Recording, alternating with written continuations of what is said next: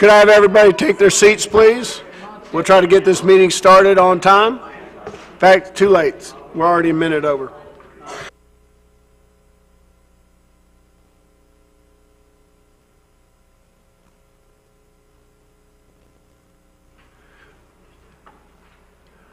Tonight I'd like to call the regular meeting of the Destin City Council to order, January 7th, 2019.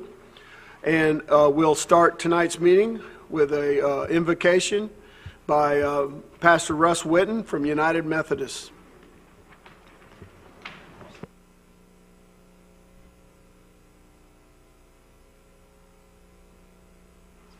Let us all pray together.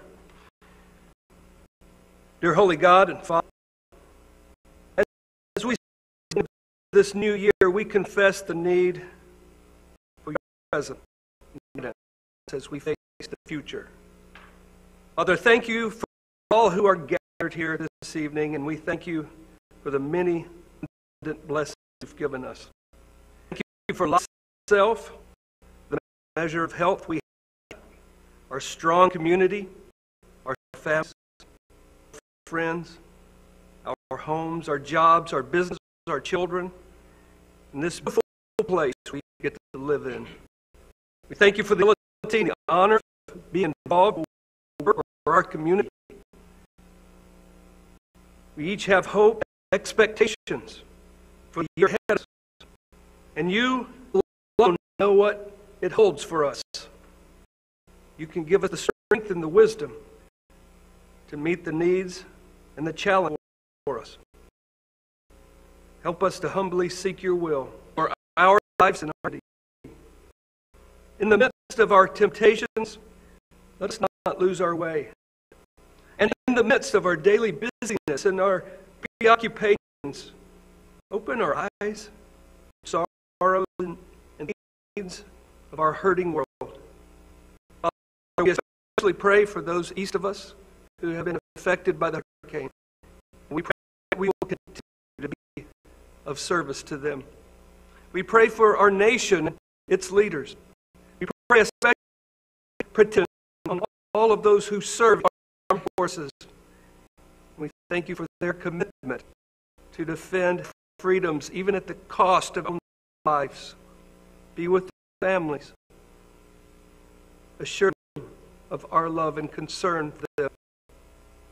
Father, your scriptures have said citizens ought to obey the governing authorities, since you have established these authorities to promote peace, order, and justice. Therefore, I pray for our leaders, for the various levels of city officials, and in particular for this assembled council. Father, I ask you will grant them wisdom as they govern, a sense of the true needs of our community, a thirst for truth and justice and righteousness, confidence in what they're called to do, ability to work together in harmony, personal peace and health in their lives, in their families, and joy in their task. I pray for the agenda set before them today. And Father, we thank you for the promise and the hope of the new year. It's in Jesus' name we pray. Amen.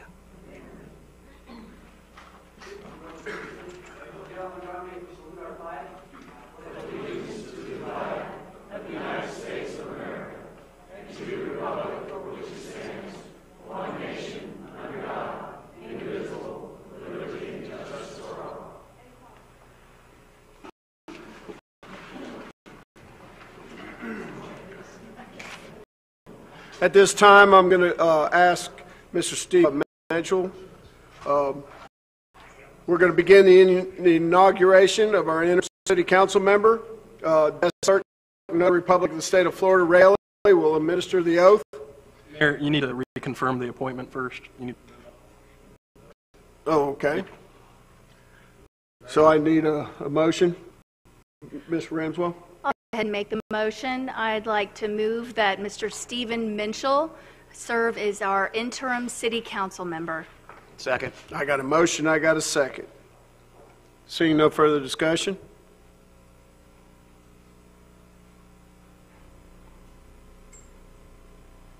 The ayes have it, so moved.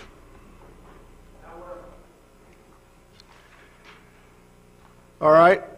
You want me to go ahead and do this, Ray? You want to go ahead and take care of it? I'll finish it up. Destin City Clerk, Notary Public of the State of Florida, Ray Bailey, will administer the oath of office at this time. I would like to ask Mr. Stevens to please come to the podium to take your oath of office.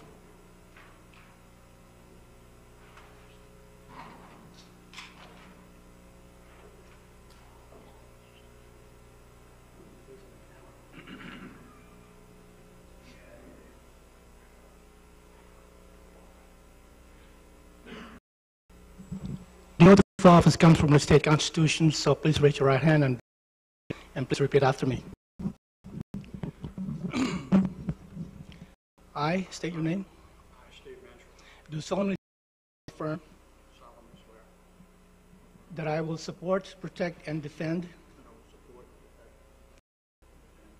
the Constitution and government of the United States the Constitution and government of the United States and of the state of Florida, and of the state of Florida, that I am duly qualified that I am duly qualified to hold office under the Constitution to hold office under the Constitution of the state, of the state, and that I will well and faithfully perform the duties of Destin City Council member, the duties of Destin City Council, on which I am now about to enter. which I am now about to enter. So help me God. So help me.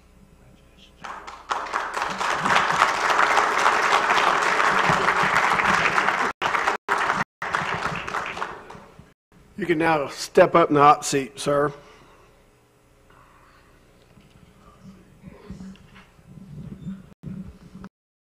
Welcome aboard, Mr. Menschel. All right.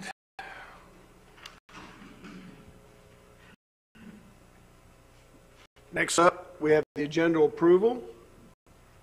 Mayor, I'll go ahead and make a motion to 5th, 2018. Excuse me, I'm sorry, to approve the agenda. Second. We have a motion to approve, and we have a second. Is there any discussion on this matter? Seeing none?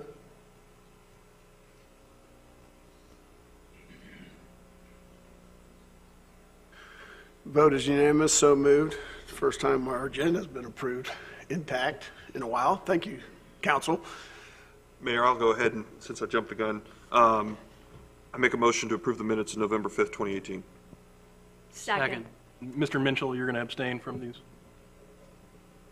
So we have a motion and a second. Seeing any further discussion, cast your votes. So moved. Sure. I make a motion to adopt the minutes of October 1st, 2018. I have a motion, Second. and I have a second. Seeing no further discussion.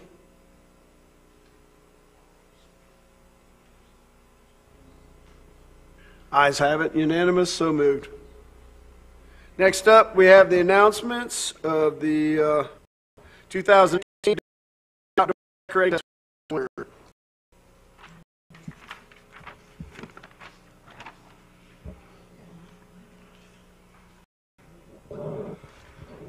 Okay, starting with the winner, home, Jack Gray, 5 by Destin.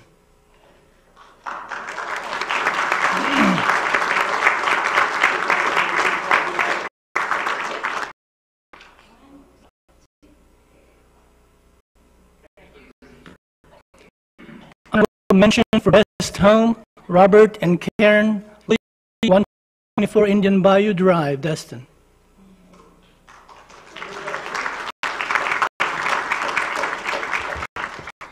Went for the best market, 36150 Emerald Coast Parkway.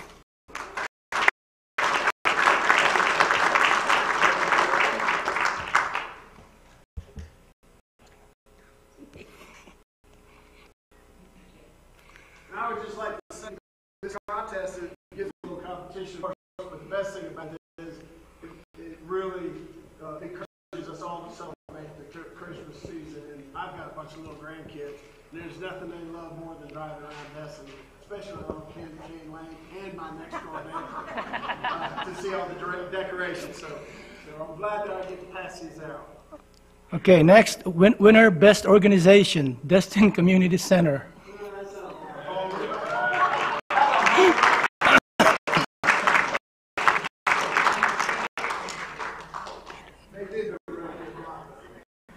Winner of Best of Holiday, Sally 808 Mars Street.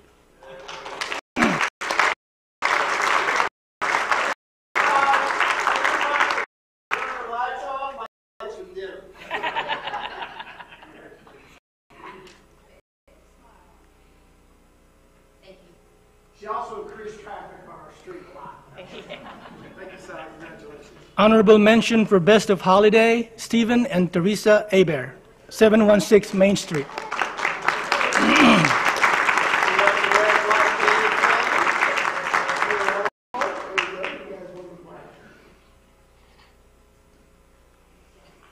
Finally, the winner of the Best on Harbor Walk Village and Harbor Boulevard.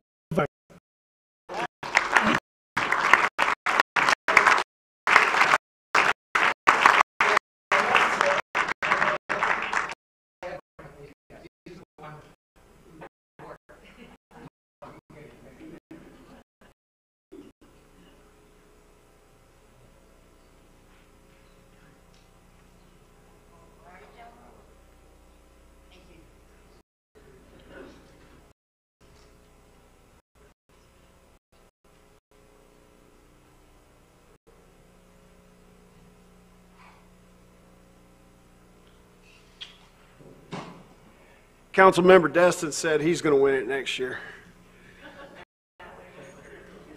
He doesn't have to open another restaurant, right? All right, got that out of the way. Next on the agenda now is our public comment period. And this is items, if you filled out a yellow card, that is not on the agenda. Anyone that has any comments about our public hearings that we're having tonight, the Harbor Waterways Ordinance, acquisition of 108 Cyberts, land development coaches, short-term rentals, withhold those to the public hearing for that. So anything that's not on tonight's agenda, you're welcome. I think I've got one card right here, and then I'll look out in the audience if anyone else would like to. You'll have 3 minutes to make your comments. When you walk up, just hit the red button and give your name and your and where you live.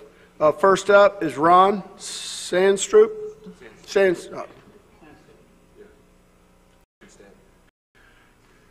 Last. You got it close. I know. It was tough. Real good. I'm Ron Sandstead, and my wife and I live at 337 Calhoun. And I've got some exciting news about the Banner Art Project. And Tim, I'm not talking, but okay. Anyway, he told me tonight that the banners, city banners, came in today, and city staff will be putting up the banner poles, and during this next week, and next Monday morning at 9 o'clock, we'll be putting up our artist banners. So, exciting news. Thank you, sir.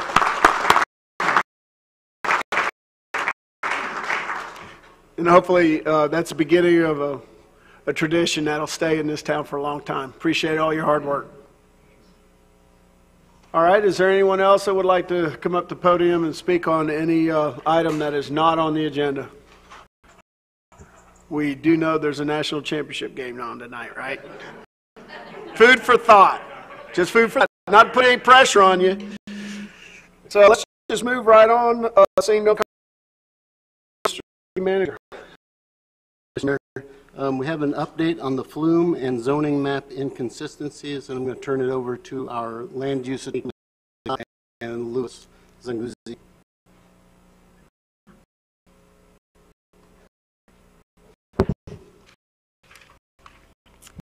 At a prior meeting, you all had directed us to bring to you the inconsistencies between the city's zoning map and the future land use map, which is in the comprehensive plan, so that you all could determine what you want to do in order to make them consistent, whether that be reevaluate the comp plan map or to administratively rezone property to come into compliance with the map as it is. So if you have any questions, I'm here to answer them, but other than that, I'll turn it over to Louis and Tim. Okay. Good evening, Mayor and council members, and welcome to our new council member too. As Kim just we need to seek direction from you regarding the current inconsistencies that we do see between our comp plan and our zoning ordinance. But before we get into those specifics, I thought it's important to kind of give you a context to which my office and Lance's office is putting as far as importance to this matter and why. Based on my experience in working in other communities throughout the United States, as well as elsewhere in the world, there are three critical components in addition to good governance and sound financial management that are key to vivid living conditions in a community, as well as a high quality of life. And those key elements are, one, a clear understanding of what your community is all about, and then coming up with a vision for its future development. And typically, communities do that through the comprehensive plan. Second, a framework of land use regulations, practices, as well as rules that govern the implementation of that vision. And that also governs current and future development. Third, a very robust, fair, and systematic, effective compliance program to ensure that whatever is developed is used and maintained through the course of that use, consistent with that vision that we have. And so when you have those three components in place and working well, what you tend to have in your community is a sense of place from the residents, a sense of ownership, and pride. And along comes with that good investments, because you have clarity as far as who you are as a community. And most developers like to hear that, like to see a community that's organized. Now, coming to our situation, credit to you as a council. You have given us guidance and managed to help us adopt a comprehensive plan, which is good. I can tell you from experience that most communities struggle through that process because it is very contentious, and I'm sure you can attest to that. Most communities quit halfway. So that was a good thing we managed to do that here. However, we fell short on the second component, which is by the state's requirements. Within a year of adopting a comprehensive plan, you also adopt a set of regulations that will guide the implementation of that vision. So we need that process in earnest, and my office and Land's office have put a high priority to that effort. Otherwise, we will not be able to attain that vision that we have set ourselves. So it is critically important that we go through that. Anyway, we're just going to begin by asking you to affirm whether what you have in your comprehensive plan today is still what you want to see going forward. When we get that, my staff and I will go about preparing the ordinances that will drive and guide that to its fruition through current development and any development that are going to come in the future. And that's what we're asking you for direction this evening. And let me share this with you before I tell the team to complete this task. For me, I consider the Land Development Code as your DNA in your body. It essentially determines who you are and what you become. Likewise, our code is our DNA for the community. if it is done well and implemented well, that community becomes what it is supposed to be based on the vision that you have. And so it is critically important that we bridge that gap between our vision and our codes. And that's what we are here to begin that process this evening. And team in my office can give us some of the nitty-gritty issues that are involved, and we can have that discussion more. Thank you all. All right. Thank you, Louis. Tim Whaler with 3TP Ventures. The Community Development Director tasked us with reviewing the future land use map and the zoning map and flagging the areas where the future land use and the zoning are not consistent, meaning that they're not the same category. So if you can move to the zoning map, that's where you will see I have flagged the 8 locations where the zoning is inconsistent with the future land use. And the reason we focused on highlighting where the zoning is inconsistent with the future land use map is because the future land use is adopted in the comprehensive plan, which is the overarching document that regulates. So it takes precedent over the zoning category. So there are two basic elements of the inconsistency, how the inconsistency came to be. It was through 2 separate ordinances.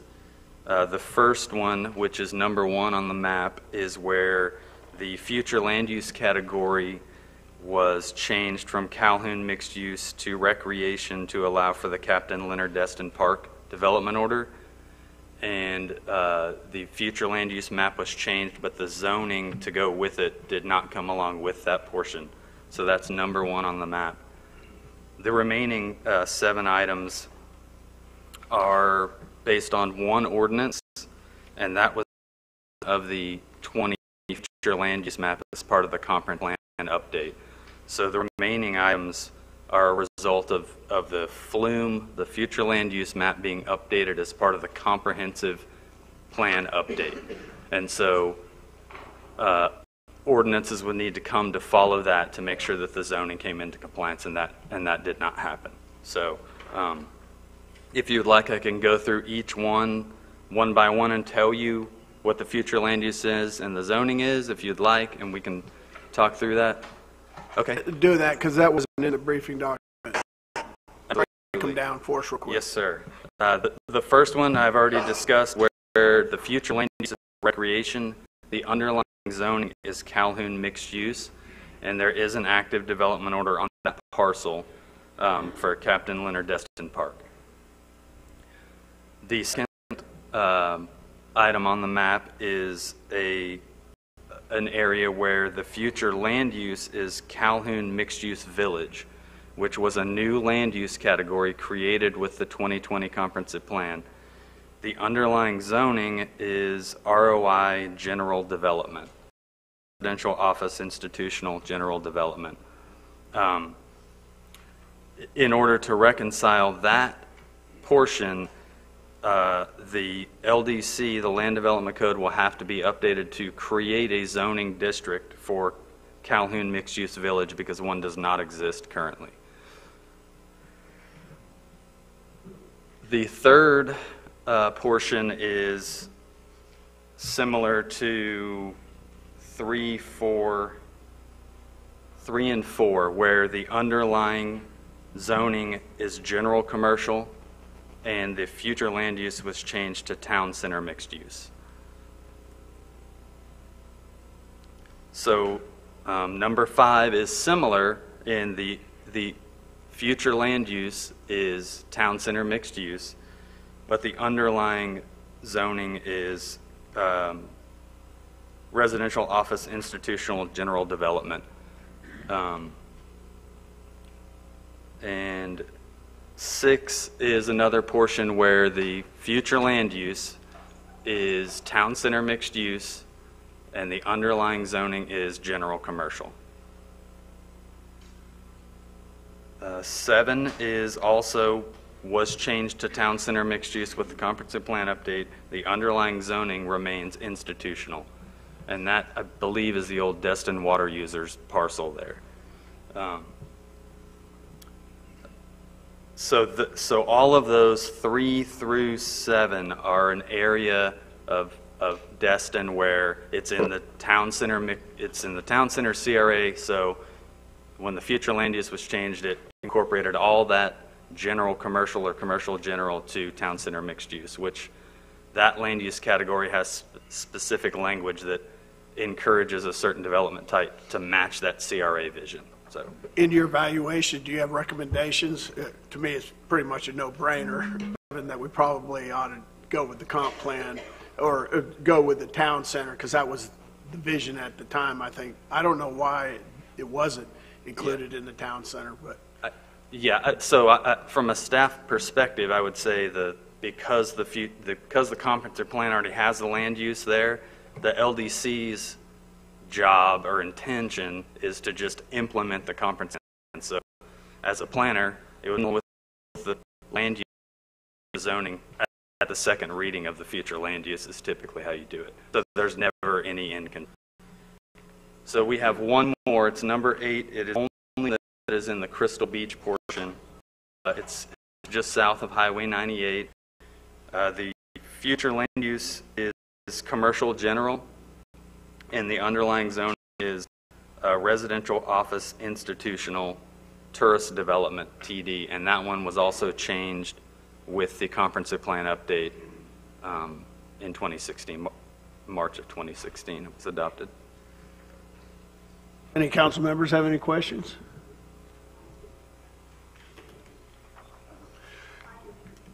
Go ahead, Ms. Ramswell. I'm just trying to formulate them. So in looking at the zoning map, I'm looking primarily at the piece that shows items 3, 4, 5, 6, 7. So what I'm seeing on here, if I follow what you're saying, I want to make sure it's clear. The zoning map is showing the red pieces as being commercial, but the flume is showing them as being town center mixed use. What about the piece here? It's already town center mixed use? Is that what it is? That one's, yeah, looks Yes. like it is in the middle. What about the purple piece that's isolated in number 5? The number 5, the underlying zoning is residential office institutional general development. It's a mixed use land use category. And does, I just want to add to what you're getting at. Would the present designation, is that more restrictive than what's in the town, if it was changed by ordinance to become, fall within the town center?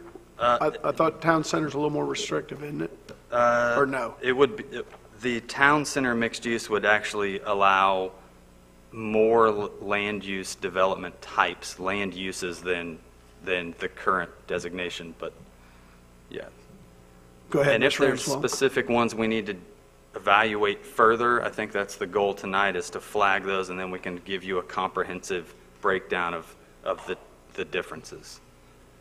So when I'm looking, the logic was, as you mentioned, that everything that was in the town center would be zoned something town center oriented. But when I look at that piece, I see several other colors and several other codes indicating that it's something other than town center. So if I follow your logic, then we would need to rezone everything within the town center CRA boundaries as town center. The future land use change that was done as part of the comprehensive plan focused on those parcels that front US Highway 98. Okay, I think that's all I have for right now. I'm going to absorb. Thank you. Yes, ma'am. Yeah, and I think we're going to, as we move towards ordinances to change and to get this in line, we'll have plenty of opportunity to weigh in on our options after your explanations. Skip? So the only thing that I have, it's my understanding that whatever change they make, the zoning for all these parcels, continue to be there and continue to do just exactly what they are now. And even if they hold it as is without doing any construction change, they could sell it and now, the only time that the zoning is really going to change is if they do any future land use, like some kind of development, or they tear it down and rebuild. If they do that, then they have to follow the new zoning. That's correct. Okay. Yeah. Thank you, Skip. Okay, mine's out of the ball here. It has with your numbers, the numbered areas. On Mountain Drive, where we have the designation for commercial on the north side of Mountain Drive. I've had several contact me because they'd like to build like a combination of like a parking garage, apartment complex, or something like that, but we're restricted because it's commercial. And I haven't seen any real new commercial stuff on that side. I'd like to see something possibility changed where we could add something there, because I have several people that are willing to put what we call affordable housing, what I call affordable housing, if we could change something of that nature there, because I don't see any other commercial businesses other than what's already there coming up, and there's several large that are available, but they're restricted to commercial, not any commercial activity in that area other than what's already there. I'd like to look at that. Maybe. Mr. Destin. Thank you, Mayor. I don't have a lot of heartburn for 3 through 7 with trying to update town center mixed use. I will say I'd like to see flagged number 1, number 2, and number 8. Specifically, number 2, I'm going to have a lot of discussion on. We tread around that one particular CMUV designation during the comp adoption last year, so that issue hasn't been completely resolved. We're going to need probably a dedicated meeting just to try to develop what that zoning regulation will look like. And to that end, I don't think we're probably going to be able to do that tonight. What more do you need from us other than perhaps setting a workshop date for it? If that's okay with everybody else on the council. Lance, do you need us to give you any further direction? I mean, if you've got dates, I think that's great if we could schedule it now, but I think probably a workshop for at least 1, 2, and 8 for sure.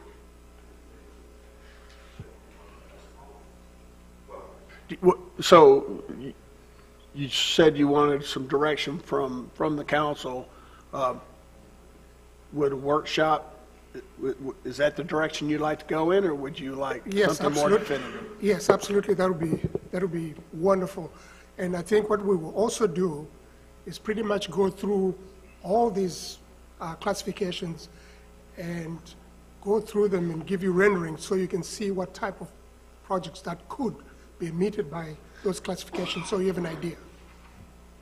That would allow us to weigh apples with apples and oranges with oranges. So in the course before the workshop, you give us more tools to consider. That would really help. So Lance, why don't you just go ahead and set up a workshop at the earliest convenience. This is something that needs to be dealt with. Like you were saying, not having this type of stuff done paralyzes us in our future development. So Lance, you can just do that. Very good. I'll send out an email with a few dates on it and get some responses from you guys. Do you prefer Monday nights? Is any? Okay. Can I request that when y'all do that, you do a comparison of the allowable uses in each zone so we can compare? Yeah, that would, because we're not planners. We need that as much information as you can provide us. Yep. Okay. Do you want the workshop on 1, 2, and 8, or do you want the workshop on 3? I think probably a focus on 1, 2 with everything else we discuss, because some of the folks over here are going to want to understand exactly what sort of things from ROI to TCMU. There are going to be density changes, there's height changes, and I know that probably my other council members would definitely want to see that. Yeah, I think we all want to see cause and effect. if we're going to make these changes, where we're at now, where we can go, and how that measures up to the comp plan as well. All right. Thank you, sir. Thank you. Lance? Thank you, Mr. Mayor. Item 4B is a discussion regarding the short-term of the Emerald Grand as a part of our FDOT 98 reconstruction project. My understanding is that DOT has met with the property owner adjacent to whether that turn lane would work out. Some of the legal some updates on that item. Well, yeah, I'm going to talk to the FDOT representative of the TPO, and he gave me instructions on how we could stop doing that turn lane if we wanted to. He's given me contact information for the project manager, and all we have to do is the city would send him a letter or a notice or whatever saying that we don't want them to have that right turn lane. But now it's my understanding that Emerald Grand has come up with some kind of a solution where they may want that right turn lane. I was down there a couple of weeks ago. The parking lot manager, he was vehemently against putting that turn lane in there, but because it's just going to cause a great traffic jam. When they blocked that off, they blocked that first entrance off in the summer because they want everybody to go down to the stoplight and turn into the Emerald Grand there so they can get the $10. If they block that first turn off and there's a dedicated turn lane, if FDOT constructs that dedicated turn lane, people are going to come off the bridge, they're going to see that right-hand turn lane to go into the Emerald Grand, they're going to think that's a good turn lane, they're going to get in that turn lane, and then it's going to be blocked off where they can't turn in, and now they're going to have to somehow figure out how they're going to fight their way back into the other two lanes of traffic. And so maybe the solution to that, I haven't heard that part of it yet. I'll weigh in on that. I had the meeting with FDOT and with the Emerald Grand property owners today. What it is that they do a traffic study. Oh, I love those traffic studies.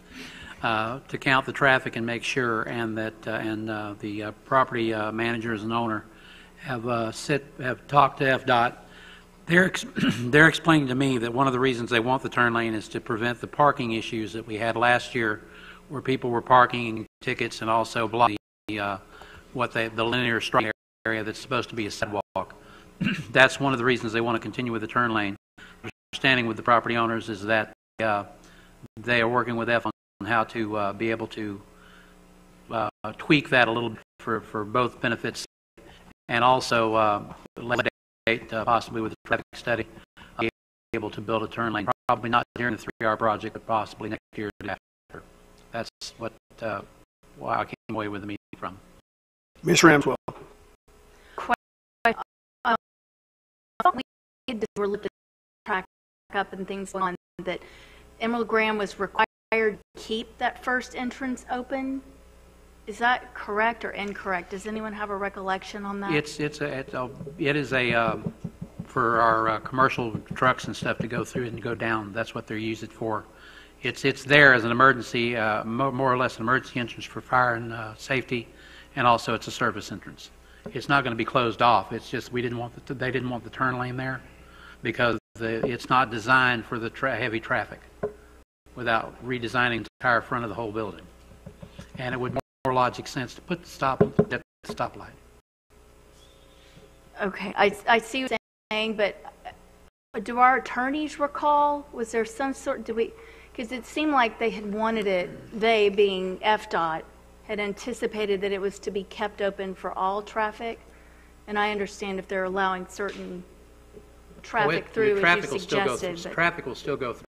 But it's not going to be restricted from traffic going through there. It's just more or less it's not designed for the heavier traffic that will happen if you have a delineated lane. Everybody's going to think you turn in there, and then the property is not signed. And FDOT was the one that told the property owner at the time, back in 2002, that they couldn't have the main entrance there. I do not specifically recall, but I can go back and look. I don't know if Ms. does. Lance?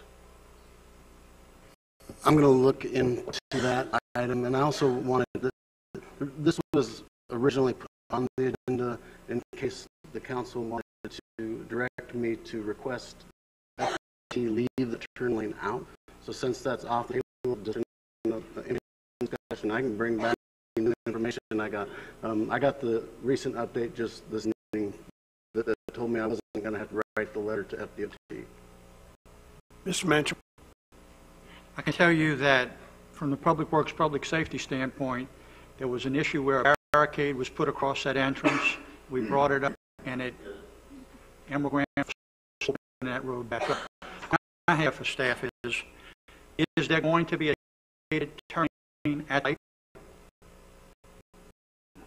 Not as part of the 3R project. Not part of the 3R project. They said that the property owners, if they would study, which will probably happen this year and at a later time, their citing is the cost of moving the man arm. They've already had asphalt contract out. Can't be part of the 3R project. Mr. Braden? Did they make them reopen that entrance because it was part of the development order, or why would that be? The entrance is open. Lance, do you know that? No, but I will check it. All right, thank you. Mr. Destin? Thanks, Mayor. I can see where anything resolved, practically speaking, try to alleviate the traffic jam that has been created by the collection of tolls. So I'm going to go with what I told this council and about 3 months ago. I said, give the 3R project. I'm interested to hear. Just put under my make an ordinance requirement that basically, if you are doing paid for parking, you're going to collect tolls on the exit and not the entrance.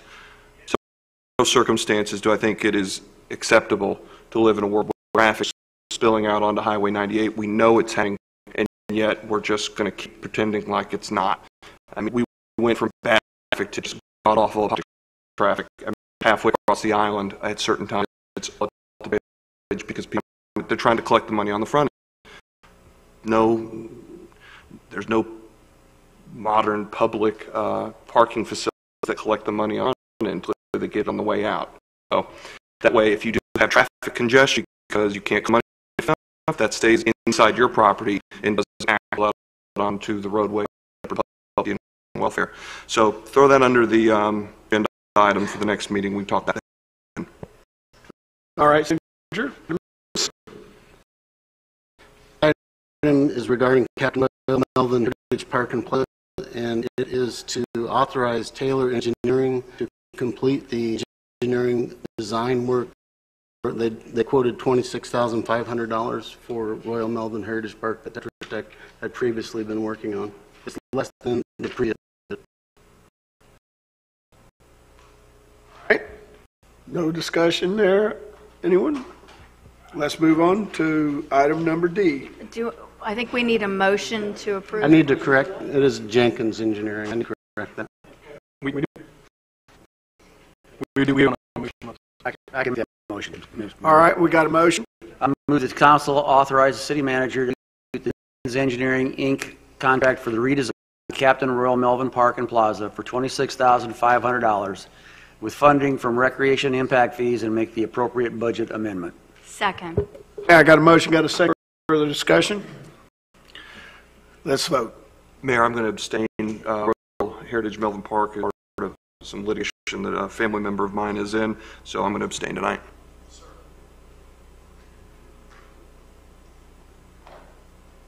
We have a motion, we have a second. Vote's unanimous, so moved. Mr. Armstrong. Let's go. Item B, with regards to paid parking and the staff direction, the a pilot program over the last year and a half to 2 years. The time period has ended for that, so staff is looking to council as to whether we continue, whether we should discontinue, or whether we should buy the parking. And I'm going to turn over to Mr. Webb on the research on this project. Thank you, Mayor and Council. The item before you is staff seeking direction on paid parking. As City Manager stated, now gone into our second year in this program. It started off as a pilot program, and although I have not been responsible, I've come back and read through it, witnessed things that happened the year, and we realized going into 2019 that there are some improvements that we can do if we want to continue on with paid parking. So we'll have to seeking, so we know how to navigate before the season kicks into high gear, so that we can make changes maybe as necessary. But we are seeking direction from council on paid parking at this time.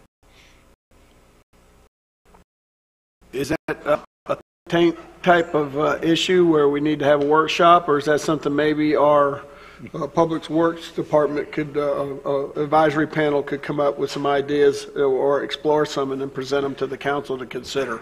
And I apologize, I should have gone through some of the details that are in the item. In the item, you'll find that we have provided two potential options that staff is recommending. One is you could simply discontinue paying. The second one is the paid parking by minimize the staff effort that is associated with it on a day-to-day basis.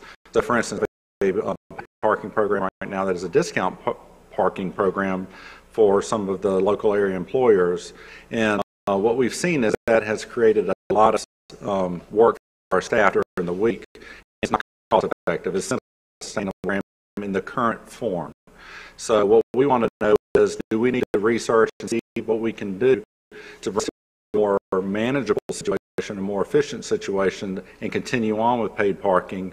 But before we wanted to do anything much further, we wanted to see if y'all had some general statistics on the item as presented, which is potential options of maybe simple flat fee instead of being a progressive situation. A simple flat fee would simplify the structure and some other things. It's a lot of the local city, so it simplifies the payment structure. Another thing staff was looking at doing is, if y'all so desire, we can go out and do an RFP gates for the parking areas, which would minimize the staff time associated with monitoring these parking lots and other things, but really try to make it as automated as possible instead of the pilot program, which is more of a manual process to see if the need was there. I've got a couple of people that want to weigh in on this. What I think as a council, what we need to do probably is, because we could talk on this particular issue for quite some time, try to keep things real general, maybe do a workshop on the paid parking, and at that time, in the interim, get some companies that may want to participate in the workshop to give us options then. So, first up, I got Mr. Brayton. I don't know, we got a couple ones in front. Right? I mean, I'm almost inclined to move one of them. Like the staff saying, we're fixing the season again. I know there's been a lot of heartburn about the paid parking, city parks, but it seems like 90% of locals that I've talked to hate it, go down there and pay, but when you ever go down and park, and probably have it. Well, why you want to put the charge on? You know, before when and then you get everybody else in that that are filling up these, so locals can't use it. So it's one of those, you know, damn if you do, damn if you don't. You're not going to make everybody happy. And if we do go with the pay, we need to keep farms, you know, some kind of kiosks.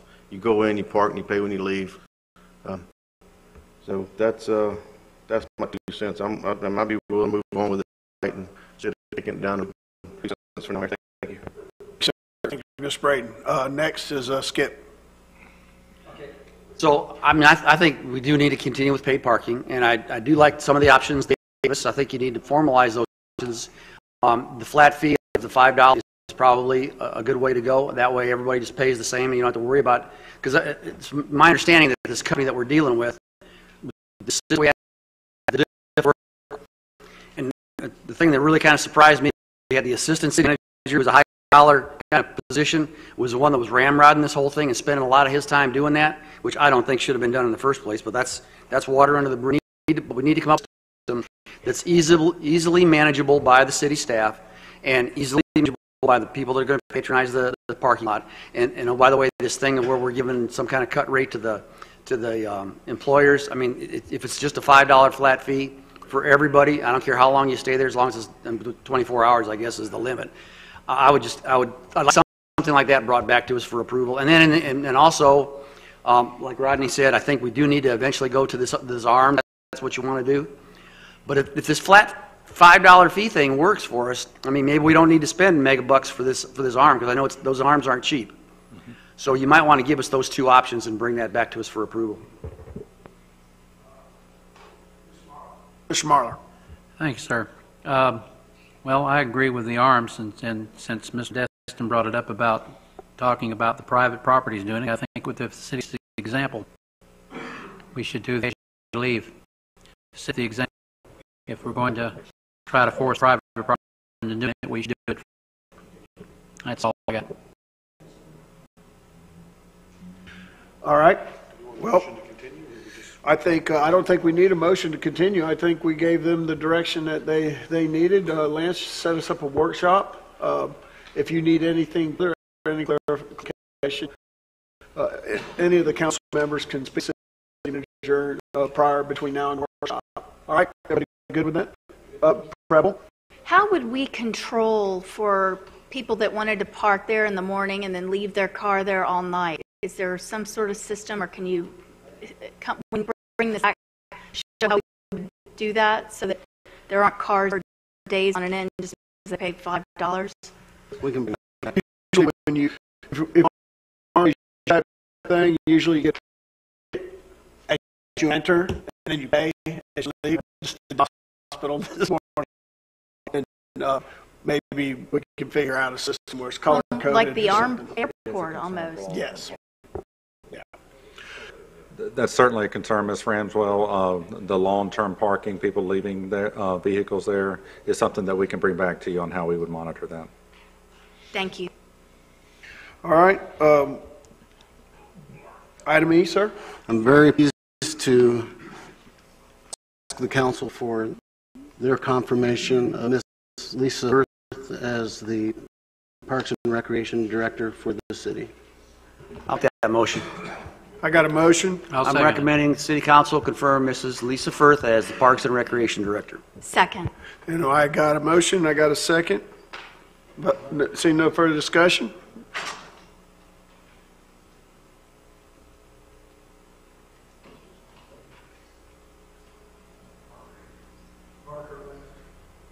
She know about this?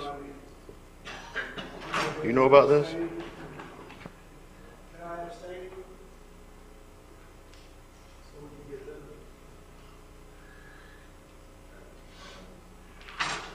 Mayor, if you'll hit confirm on Parker's, please.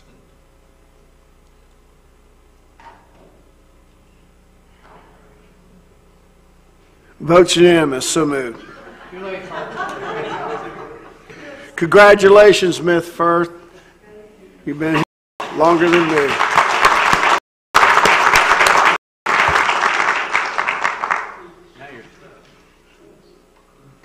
Item F is regarding hiring appraisal and as the city's appraiser for the Destin Fishing Fleet property and the Burt Harris claim. Kimberly Kopp is going to address this. Yeah, and if you don't mind, we're going to do F together because you'll see that they go together. After further discussion with the city manager, rather than proceed to enlist the appraiser at this time, the City Council first direct us to address the threshold issue in the Fleet's Burt Harris claim as to whether there is a vested right or an existing use on the property that has been inordinately burdened. Once that question has been addressed, the City Council may reconsider whether to enlist the services of the appraiser. So we're recommending at this time that the Council hire a third-party planning consultant to independently evaluate the development rights and the effect of the comprehensive plan amendment, if any, on the Fleet's property. In the interest of time, we've provided the name and qualifications of one such planning consultant that the City Clerk handed out to you. Ms. April Fisher has indicated her availability to reach a determination in time for the second council meeting in January. Her rate, which is not in your package, is $150 an hour, and she would provide the council with a written report regarding the effect of the passage of the comp plan amendments on the property. And she estimated at the very most it would be up to 40 hours or $6,000, but she thinks it would be actually much less than that. but she wanted to give you a cap.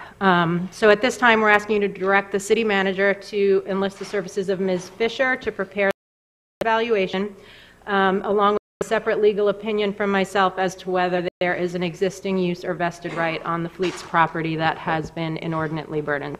And Ms. Kopp, this is stemming from the fact when we got the appraisal's estimate of $28,000, it caused us to step back and say there's got to be a cheaper way or a better way.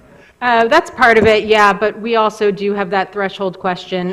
The case here is a little bit unique because it's not just one appraisal, it's essentially three, given the iterations of the comp plan and the effect alleged by the fleet. So with that being said, that may be why it's a little more expensive than a typical appraisal. But if we do go back the appraisal route, we can also bring you additional quotes from additional appraisers. Okay, thank you very much. And one last question. And in doing this, we still can stay within that timeline that we requested from the fishing fleet as far as Burt Hare's claim timeline? Yes, and that's why we've got one right now. In the interest of time, we were able to get into her and confirm she got that to us by January 15th. All right, first up, Mr. Marler. Okay, Kimberly, my understanding of, well, if we hire this person is that they will evaluate and come back and whether or not we need to look at the possibility of changing the comp plan because we are changing that? Because, I mean, No. we can solve the whole problem by going back and fixing the comp plan where we don't have this problem. Because I can just see multiple cases coming before us, in my personal opinion. And, I mean, the fishing fleet is suing us for $14 million, and that's our budget for this year. So, I mean, how many can we go before that happens? She wouldn't be looking at the comp plan as broadly as that. She'd be looking specifically at the fleet's claim and the comprehensive plan amendments and how they affected the property, and then providing that information. Okay. Next, Mr. Oberdehr. I was going to make the motion. I want Kim to tell me what I'm going to say at the motion because it was a little bit long and lengthy and involved, but I'll make the motion if she'll tell me what motion I'm making.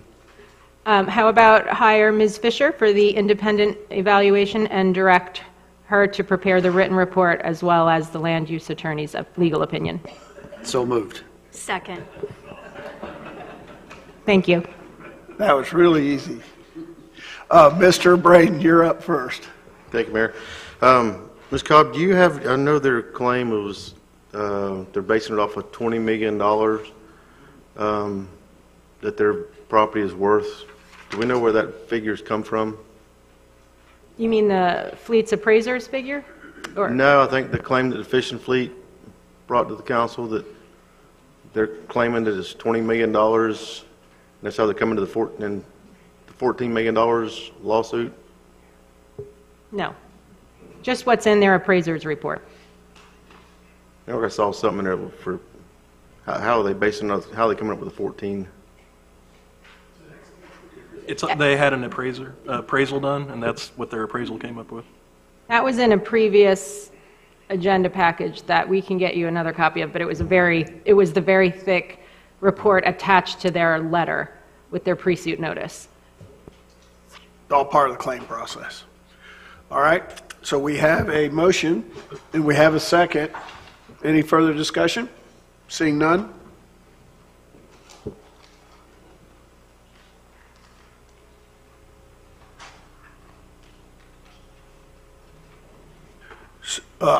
Unanimous. Ayes have it. So moved.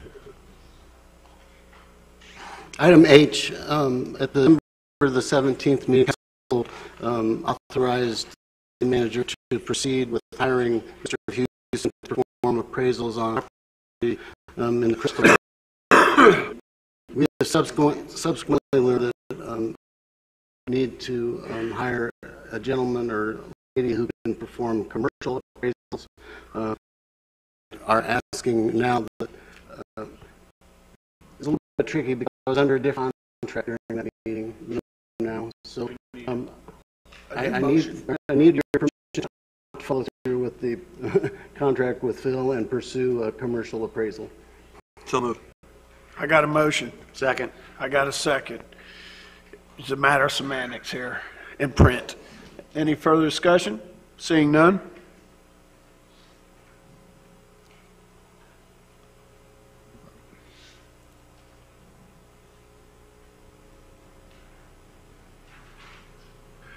Vote unanimous, so moved. Very good. Item I is a discussion I would like to have regarding the Public Services Director and City Engineer.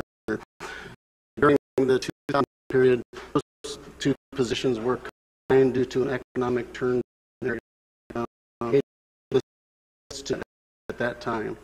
The city has since experienced a lot of projects, a lot of growth, and we have recovered from that period. I'm asking council's to split those positions back sections, a public services director and engineer, so the work placed on the city, they can focus on project management, I believe is what they were originally intended to do.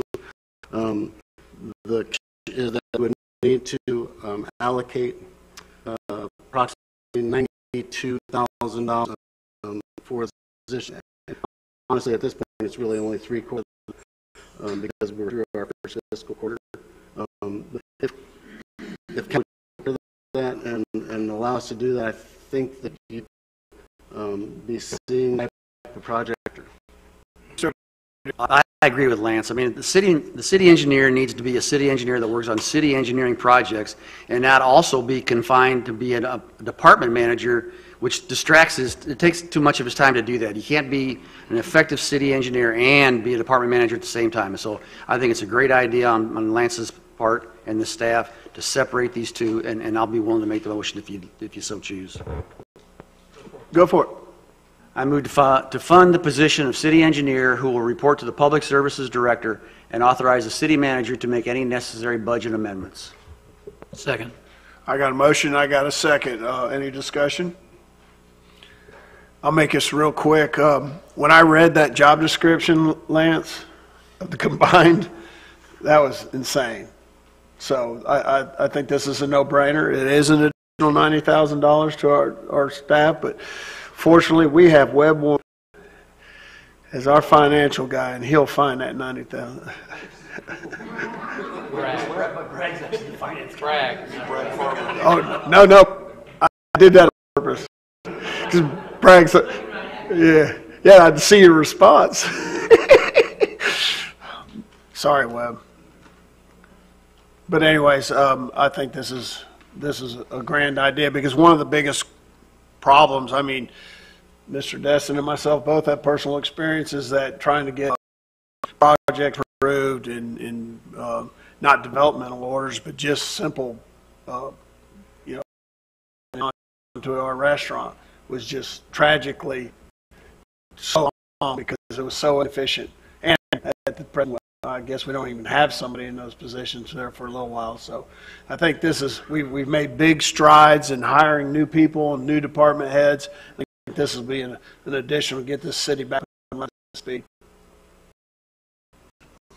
All right. Any further discussion? Let's take a vote. The vote is unanimous. So moved. Thank you for that, Council. Finally, item J, I would just like to introduce Mr. Card, our new public information manager.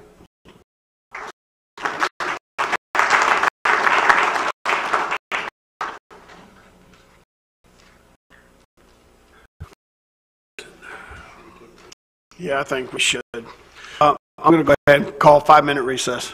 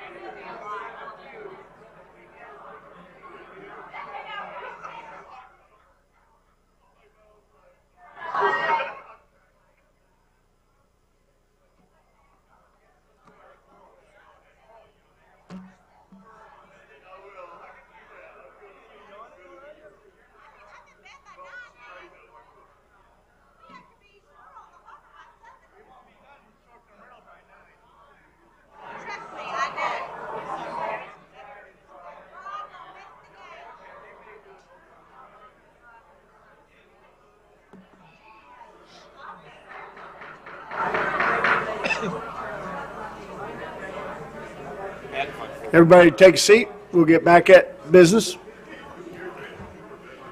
Anybody know the score? No. Oh, never mind. We're doing business here. Everybody take a seat, please.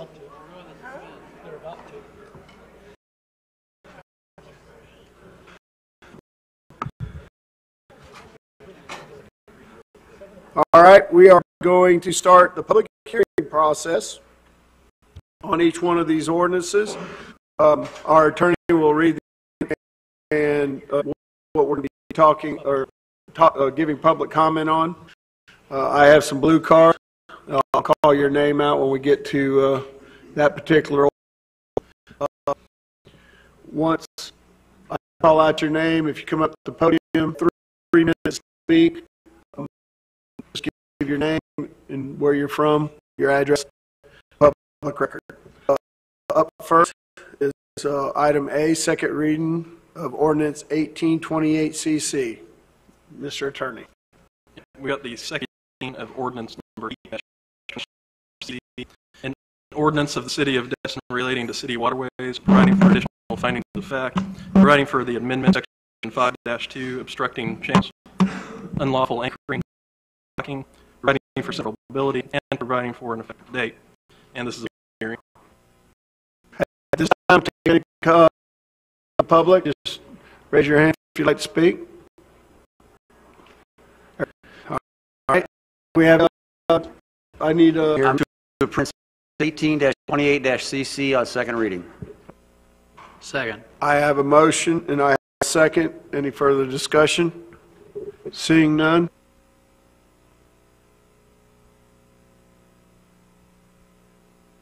Vote is unanimous. Ayes have it, so moved. Mr. Attorney. We have the second reading, 8-27-E, an ordinance of the City of Destin of Oakland County, Florida, relating to the purchase of certain real estate, providing for City Council approval of a contract for purchase of property located at 10 Florida, and providing for an effective date. And this is a public hearing. Would the audience like to speak on this item under public hearing? Seeing none, I'll entertain a motion. I'll go ahead and make the motion. I move that the City Council approve Ordinance 18-27-CN on second reading and direct the city manager to take the necessary steps to complete. I have a motion. Second. And I have a second. Any further discussion? Seeing none?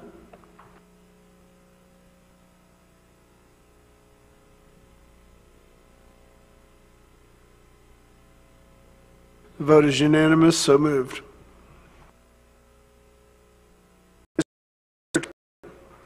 We have the first reading of ordinance number 18-23-LC, an ordinance of the City of Destin, Florida, amending the official zoning map as referenced in the Land Development Code in Section 7.12, A2 zoning maps to include a change in the zoning designation of an 11.54 acre located on US Highway 98 from commercial general CG to town center mixed use TCMU, providing for authority, providing for findings of fact, providing for fiction, providing for zoning map for incorporation into the Land Development Code, providing for conflicting visions, providing for severability, and providing for an effective date. And this is a quasi-judicial hearing. The applicant, please stand up and be sworn in. Mr. Clerk, if you could please swear in the applicant. Please raise your right hand and state your name. Do you swear or affirm the testimony you will give in this proceeding will be the truth? And I'm going to turn it over to Ms. at this point. As you know, this item has been before you once before on first reading. It was in November. At that time, the applicant made a presentation and you all had requested some additional information and ultimately continued the item. At the applicant's request, they are back, and I will turn it over to the applicant to provide the additional information to you at this time. Hey, okay. Well, thank you. Yeah, Park Lammerts, and I live at 5156 Meadow Lake Drive in Dunwoody, Georgia.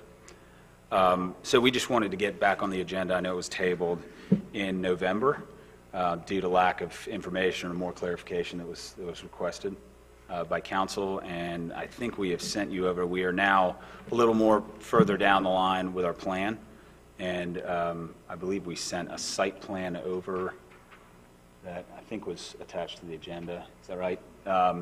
Showing more of what we're doing and the change. So, you know, for just a refresher, we are requesting a change from the GC zoning, and this was one of the properties that was discussed earlier.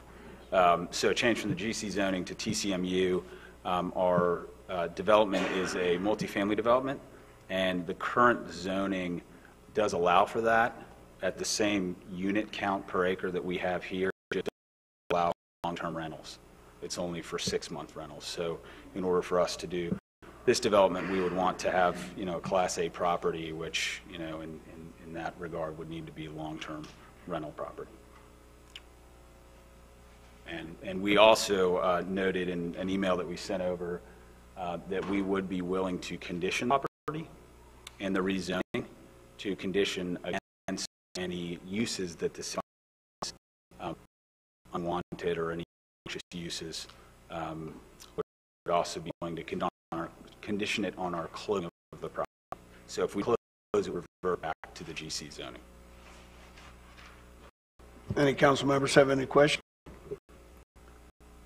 I just want to make on that.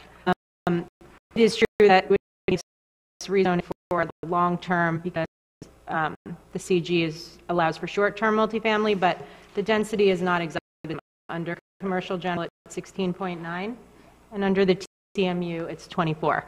The height, the 4 stories, is the same for either district. And I think from what I meant by that is this is 11.4 acres, and we currently have 192. And that's great, and everything rezoning. This is for informational purposes. Sure. And now, I'm not sure if this is a question for you, but you know, we're in the process of getting our fume and our zoning maps correct. Will this adversely affect that, or is this just part of the process? Because this is kind of what we were thinking about, that zoning annex, correct? They are related. It was suggested to the applicant to wait on that, but the applicant, I understand, is under the property, and so their timeline didn't really allow them. They elected not to wait. If you were to rezone the property to keep it consistent with the comp plan and not make changes to property, you'd be administratively rezoning their property ultimately. But if you make changes to the future land use map, it could adversely impact them. Mr. Braden. The plan that we're at, the apartments and stuff, just kind of give us an idea of what could be there. You may be building there. It has nothing to do with really. As far as what this plan is? I'm sorry? Do you mean what kind of plan, like what kind of development this is? Or just could be here outside? I mean, this is giving us something to look at that right. Could be built there. Sure. There's a whole lot of questions about this plan, but. Yep. So this is, one of the TCMU allowable uses would be long-term multifamily. And this plan, and this is what, there would be retail on the front of it. And then on the back, there would be a multifamily property. And then we would also be giving over to the city a right-of-way for the future Mattie Kelly extension, which may happen down the road at some point, but for interconnectivity. That the city would pay to build. We would build up to our property line, and obviously wouldn't build the rest of it. Yeah. Thank you, Mayor. Discussion? Go ahead, Ms. Ramswell. So what you laid out here, does this equal the 192 units you just described? It does. And which density was that based on, commercial general or TCMU? That's just our plan and our density, what we need to have the right parking spaces, and some of this will change when we get into planning and permitting. But this is based on, commercially, the properties we do are generally around this sort of density, and it's 3-story product. So which density, though, did you use to calculate and lay this? That's just the number of units that we wanted. And it just happens to be right at the density of the short term of the GC. So this is based on the 16.9 commercial general? It is. And it's 192 units? Right. Yeah, and it's just, you have a, excuse me, when we're doing 3-story construction, we have a certain amount of parking spaces that we need for the residents, a certain amount of green space and amenity space, and that takes all this into consideration. Have you factored into consideration the traffic impact? We have. I mean, we've looked at it, and we've looked at the other uses that could be there, like shopping centers and things like that. And we also do a lot of retail development. And we know that, this obviously will add traffic, but so would a shopping center, which would actually take more trips per day than a family property. Okay. I guess just trying to, so if we actually rezoned this, zoning in alignment with the flume to MU, the density would actually increase. So do you then want to figure and add more units? I don't at this time, not because we have to have a certain amount of parking and a certain amount of green space, and unless we wanted to build a parking deck to increment, I don't think that would be viable. So if it maintained at commercial general, the problem you would have then is that it's not short, or it's short versus long. Yes, it's short. I think your max is 6-month rental periods. Okay. Thank you. Mr. Destin. Thanks, Mayor.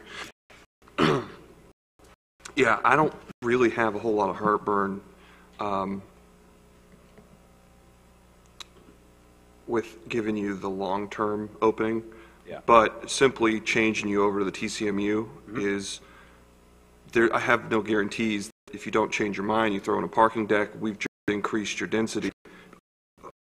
If you were at 17, you're right at 16 point, another 24 units per acre, and you've got 11.5, about another 82 units that could be put on there. And you seem like a great guy, and you're telling me that you're not going to do that, but without assurances. Sure. And we're still in this process, like Ms. Kopp said, that at this next workshop, we're going to have this big sort of overarching discussion on the future land use of TCMU, and do those densities still match what our vision of Destin in this central area will look like. So I'm not saying no. And we would be willing, you know, for future consideration, limit the density conditionally. Ms. Kopp, answer, don't we have certain things in our land development code that puts them in a position where they do have to have X amount of green space, and if they want amenities like a pool and gazebo or clubhouse? Yeah, so this would be for the rezoning. They'd be permitted to do anything the zoning district allows, and then they would still have to go through the process of the technical review committee and all of those reviews before they would get any kind of permitting. And they would have to do a development order, which we would come back and approve or disagree. Yes. So But you would not be able to deny a development order based on density if the density of the zoning district allows a higher density. That's right. So what we take into consideration is we just keep it zoned the way it is, and we get some more t-shirt shops, or we get a nice high-rise apartment complex built. So that's basically what we're looking at. No? I think so. Kyron. Well, I was just going to make the motion unless there's not a on this, right? There's a hearing. There is a public. Okay, well, can I and then we'll do a public hearing, or do I need to wait? All right. I move the City Council approve Ordinance 18-23LC, amending the zoning map change to the zoning designation of Highway 98, commercial general town mixed use on first reading, and direct staff to bring it back for second reading. Second. I got a second before we have comments up here at the dais. Would anyone from the public like to speak on this issue? Thank you very much. Thank you. Seeing no further comments, Rodney, were you up? All right, is there any further discussion? We have a motion, we have a second. Go ahead, Ms. Ramswell. I'm just trying to wrap my head around this. So why would we want to go ahead and rezone or look at changing this one piece when we just had earlier discussion that we're continuing to discuss at all? In fact, it just doesn't make sense to me. I think the discussion was we were making all that downtown center anyways, which is what they're asking for. But why so we need to We have a 11-acre piece of property we want to develop a long-term residential area. Fits right in with town's. Why I'm in favor of it personally is because it's not what we have the car try to be in the center. Actually, something that falls within town center requirements. I mean, your point is well taken. It looks like it can be something beautiful, but I just don't want to, when we're in the process of looking at it all and getting it all in alignment, it just seems weird to do one, but I come from. It's a business issue for them. They got a contract and they need to execute the contract in a timely manner.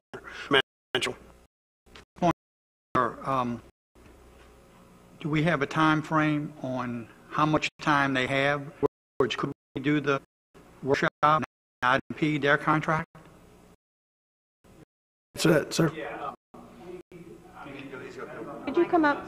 Yeah, for the public record, go ahead and hit the button again.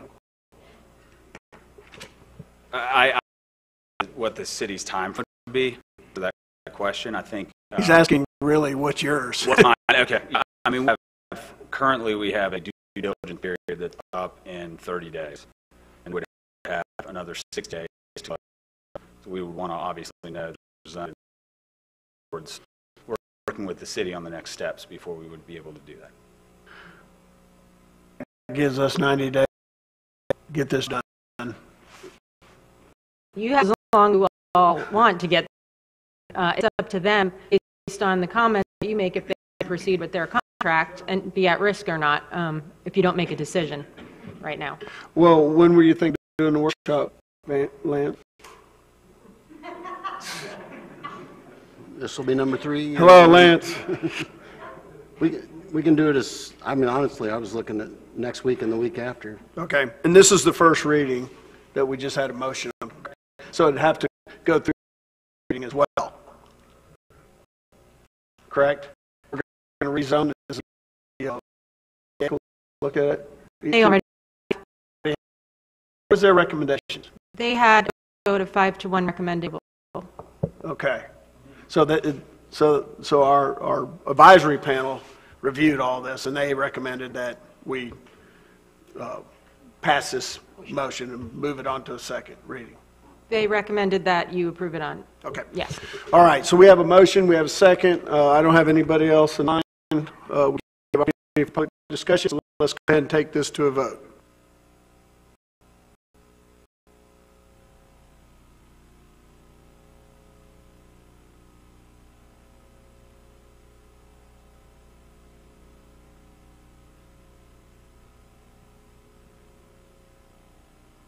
I get to vote. How do I do that? I never get to vote. All right. And then I confirm.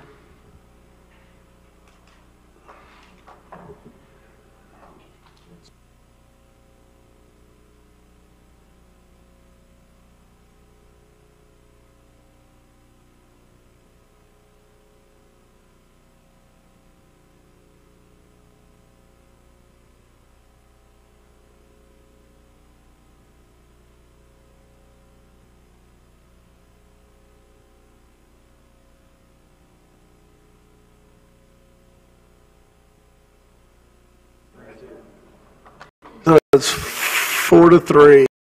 So moved. Take a second.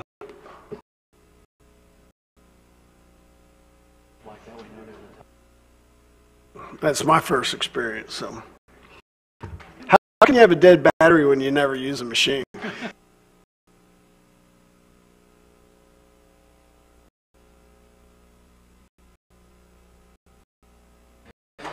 All right. Mr. Attorney. We have the first reading of ordinance number 18-29-CC. An ordinance of the City of Destin, Florida, relating to occupancy limits, providing for ordinances, Article 6 of short-term rentals, main Section 13-108, local responsible party, Section 13-114, posting of signage, creating Section 13-117, occupancy limits, creating Section 13-118, for precinct, providing for incorporation into the code of ordinances, providing for conflicting provisions, providing for severability, and providing for an effective date. And this is the public hearing. Thank you, sir. Well, we'll move right into the public hearing process before we any further. I just remind everybody a 8-minute time frame. First up will be Karen Lugo. Is Lugo? Yes. All right. Up next will be Laura Samson.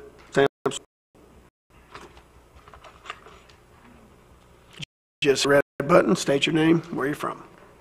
Karen Lugo. I'm from Austin, Texas, but I own 100 and 104 Sanford Destin in the dunes of Destin. I am a constitutional attorney, and I'm also the homeowner of 2 properties. I am an attorney, Bridget. Tonight, I am not addressing what this ordinance and whether you have the authority to regulate short-term rentals, but I am changing everything about how you have done it. No, the homeowner considered. I have rental management companies and that less than 5% of the vacation owners who were the target of this ordinance are even aware. The almost 800 homeowners who will be impacted by this ordinance were informed. We were not considered stakeholders, even though we are the stakeholder. Your zoning act, there are statutes that describe your at the state level, and you're informed when you address the intensity of use or you redefine property owner rights,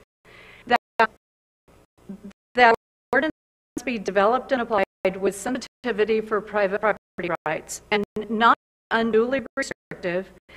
Property owners must be free from actions by others which would harm their property, constitute an inordinate burden. I have listened to hours and days of the short-term task force, looked at the minutes, the good's not in the minutes. That task force was egregiously biased. There were 7 members, 5 of them were intent on regulating occupancy in short-term rental homes. 2 of the task force members had short-term rentals. One of those was a small company, was a large one. Not one person was a homeowner. The management company, smaller one, owned a few homes. Nobody was a homeowner who was consulted on this task force. I can't even list, and I have no time tonight, unfortunately, to talk about the numbers of horror stories. And I know that my experience in this business over 20 years is very, very different from what I heard in those sessions. I talked to all of my renters. I call them us. I've had thousands over 20 years. I am closely connected with everyone that stays in my homes. So I don't, when it comes to a legal proceeding, how you accept recommendations from a task force when there wasn't even care to find out that these people were balanced in their approach to the issue, I find highly problematic. What should have happened, according to most land use regulations that describe your powers, is there should have been city factual findings. A city staff usually prepares the findings will tell the city how many bird harassments might be, how much might that cost, what of the new ordinances regarding and trash and traffic and parking are all working. Your time's up, unfortunately. Wrap it up next 15 seconds. Yes, I can. So what is absent is the factual findings that you should have had to inform you how to develop this ordinance. My comment is, when looking at the ordinance, large bedrooms, somebody else could have 10 bedrooms compared to mine 4, because mine are 600 square feet inside. So there are inequities that underlie this as well. But I just, if you're going to do this, to back up and look at, make sure that the homeowners are contacted, because I am here to tell you that they do know about, have not been informed. It will be quite a shock to a lot of them.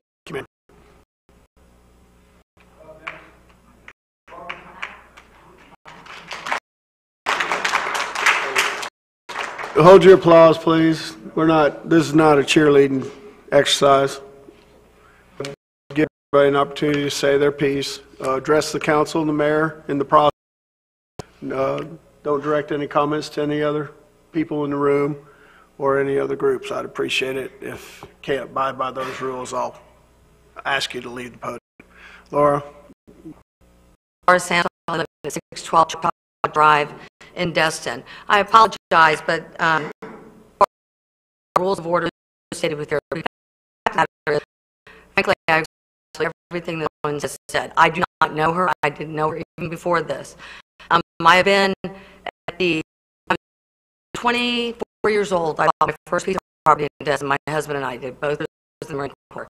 And ever since then, we've been there. I've retired after I work for Lock still own from time, and we were able, with my to sell our condos and purchase between now rent. I casually was made aware of that a year ago. I remember reading it in the paper. And then I kind of watched it, and then I was at for and I heard about it at the courthouse. It was that this went down tonight. And I was a little shocked by the fact that I thought, how did I self disengage and see something that I've worked for 30 years now being regulated by a body that I really don't understand, other than the fact that I'm an avid voter, in that perspective. So I totally gave him and my husband and my family here with me. I do not understand this happening. As someone who personally managed our properties over the last 25 years, when fall close up, back to the 1,000 ordinances out there right now, all of which need to be enforced. And I have a home, a little big house and a little house, the big house in the back, a little house in the front. And the fact of the matter is there's parking, and we understand all the rules associated with the trash. If there's any type of noise, it needs to be enforced. Enforce the regulations we have. That is my number one objective. This notion of thinking we're going to understand the number of minutes sleeping in a bed, I can't begin to even understand how we think we're going to like that. Or enforce it. That must be what I'm actually looking for. How would we begin to enforce this? I don't understand. And I think layer on top of bureaucracy when we focus on enforcing which we have on the books right now. And the simple fact is I live all it out. I have watched over the last 2 years the debate going on between renters versus non-renters. And now, Frank, add in the entire condos single resident. The city is a city where I started as a renter. And back in the day, I remember being thrilled with even having financed our small family like one of these condos. All that aside, what let's in this regulation we have. And please, let's stop this. Thank you, ma'am. That for cars, does anyone else step up? Word?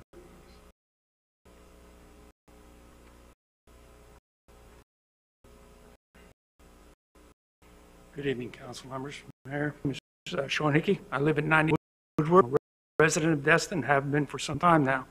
And I'm very happy that there was a short-term rental workshop committee, and yet a phone committee.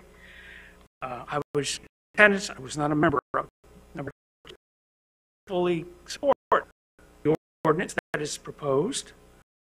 Live stage, and I see adverse impact of resident properties packing houses to make a profit. See the people in the streets pack cars. It's late at night. The police coming. People wild days, roads, tire lights, and all that stuff. So that's just macro comment. I fully support this ordinance. What I'm about to say sounds kind of minor. If you look at section 13. The sign put it out in front of the houses, 24 by 48, in other words, 2 feet, 4 feet. This is a sign that they propose to put out in front of the house. Large to put it out in front of the house. That both just look at it carefully on the size. It should be smaller. Also, potential danger. If there's a hurricane, this thing could be flying off and something. And that's on the ordinance, section 13-114. If you look on page 6 of the ordinance, just a question. I have all kinds of opinions, and if you don't like that one, you can hire one for tomorrow. The paragraph is 13-117, paragraph F, line 4.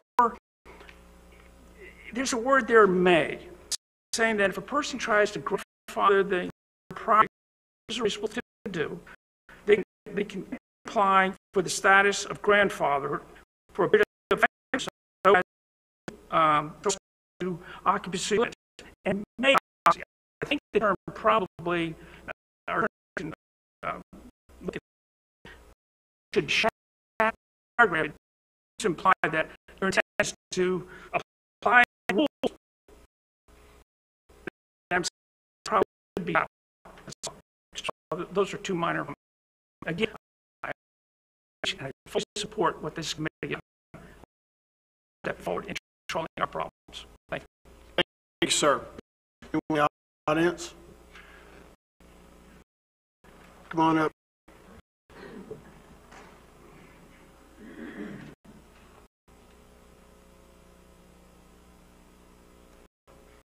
Mayor, City. My name is Sprinkle, 437 Circle. As you know, I sat on the short-term rental task force on 3C Blue. 2 quick points. One is I would implore the council to give the changes that were to effect at the rest of the short-term task force a chance to work, a season to work. I've talked to manager owners on our program and enough property management company owners to know that the risk of Bert Harris claims is not a risk, it's a and it's not a have a will towards the city, just a desire to protect economic interest. And so change now is to given a chance for these ordinances that we just to work, typically with the new enforcement personnel we have on task, then I think that we just have to deal with the reality where we're going to have our Harris claims. And then lastly, 2 quick comments on the ordinance on 6. Ms. Coppa, I think the is right. I think the language did not reflect intent. The intent, as I understand it, is that if you apply for grandfathering and you meet all the specifically criteria under number 1, or I, 1, 2, and 3, then you will be grandfathered for 5 years at your current occupancy without the discretion of staff. That's just not reflected in the draft, so that's a very important provision, I think, in getting buy-in to this provision if you go forward with it. And then lastly, on page 8 under section 13, under the first paragraph, provides that all bookings made subsequent enactment of this ordinance subject to the provisions of this ordinance, just as a logistical just a week or 2 period for you to have this passive to have not booking so that you have a chance to change any kind of marketing before those 4 weeks. Bookings are impacted, so you don't have people that see it sleeps 15 and they book it that way, and it's. But give it a chance. We worked hard on those changes, and I think if you enforce them, they will have the impact that they're desired. And if not, you can come back at the end of the season and you can say, "I told you so," and at least you'll have given it a fair shot before the Bert Harris. Thank you. Thanks, sir. Anyone else like to come up? Sally, don't forget to state your name. Yes, well, I'm Sally Mao, 5 Cruz, short-term rental. I don't want to belabor the things that I've said in the past meetings. My home sleeps 18 in beds. That's 3 king-size beds, 5 queen-size beds, and 2 twins.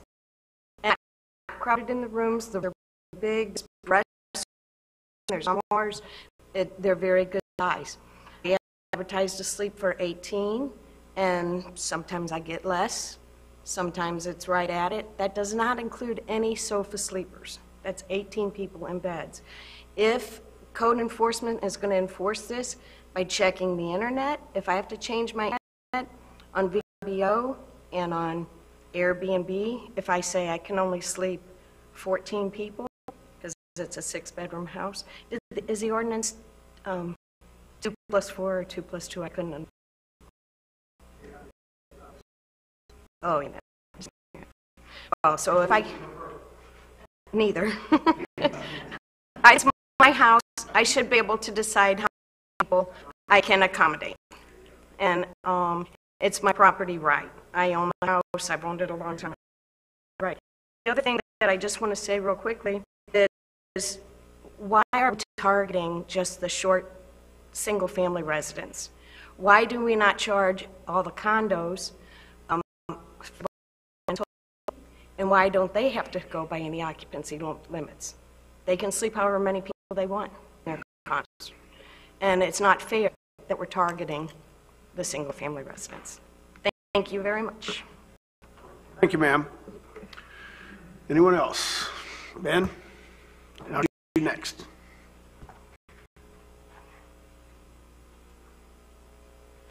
Ben Giles, 1159 Troon Drive, Miramar Beach.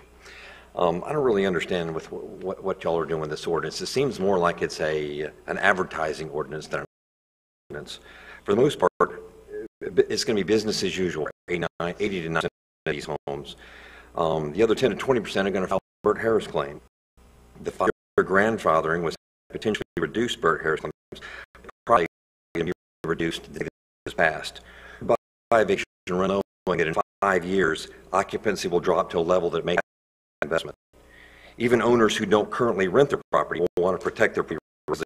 A future buyer may be an investor interested in operating their property as a rental. It's in the best interest of every owner, whether owner-occupied, short or long-term rental, to file a claim to protect their long-term value. Marketing departments for various attorneys in town are going to send letters out to the owners saying, file your claim for your property valued by the city of Destin. Make no mistake, when word gets out, there's going to be hundreds of Burt Harris claims filed. If there are 200 Burt Harris claims, you have an appraisal for at $3,000 in appraisal. That's $600,000 to appraisals. And the council going to find the time for hundreds of these hearings, not to mention all the grandfathering hearings? What staff are you going to have to hire? What are you going to have to pay to deal with all this? And is really willing to go to court and potentially face tens of millions of dollars in judgments with no insurance to pay for it? With all this in mind, I think there's a better path. There's got better solutions out there than this.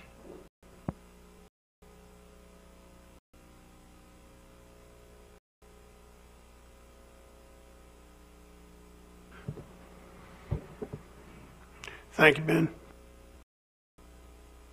Taking notes. I have a question.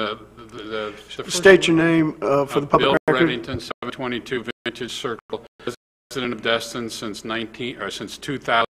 First visit was in 1980. Been many times. First lady that spoke, she brought up a really good point. Okay, nobody has contacted any of those people that own a property to tell them what is going on. Okay, I'm going to make it to the city because I have all those database. Okay, I would be more than happy to do a mailing to them every year Ernie puts together. Okay, to tell them, inform them what's on here, because this is like revolutionary war type stuff. Again, it's taxation representation. Okay, and I'm just going to make that offer to y'all because I already got them in my database. Okay, it's pretty easy. I just push a button that says print. Okay, so and react to the sign. If I still owned a house down there, I wouldn't put a sign up. I'm sorry. That's no. That's just like repeat history many years ago, putting signs on people's properties, and that is no. I think y'all have the right to do that. But anyway, I will make that offer to the city because I'd like to see this solved in the correct way. And the other gentleman that mentioned all the ordinances that we have on the books already, why don't y'all start enforcing them? The part I don't understand, that if somebody's making noise, you call the police. You know? Pretty easy. So anyway, thank you so much for listening again. Thank you for being here, Bill. Looking around the room, ma'am?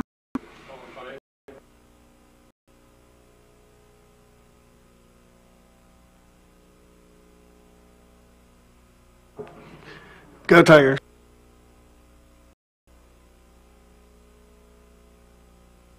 Down below. Down below. April Culp, 10 Magnolia Drive, Holiday Home. 1967.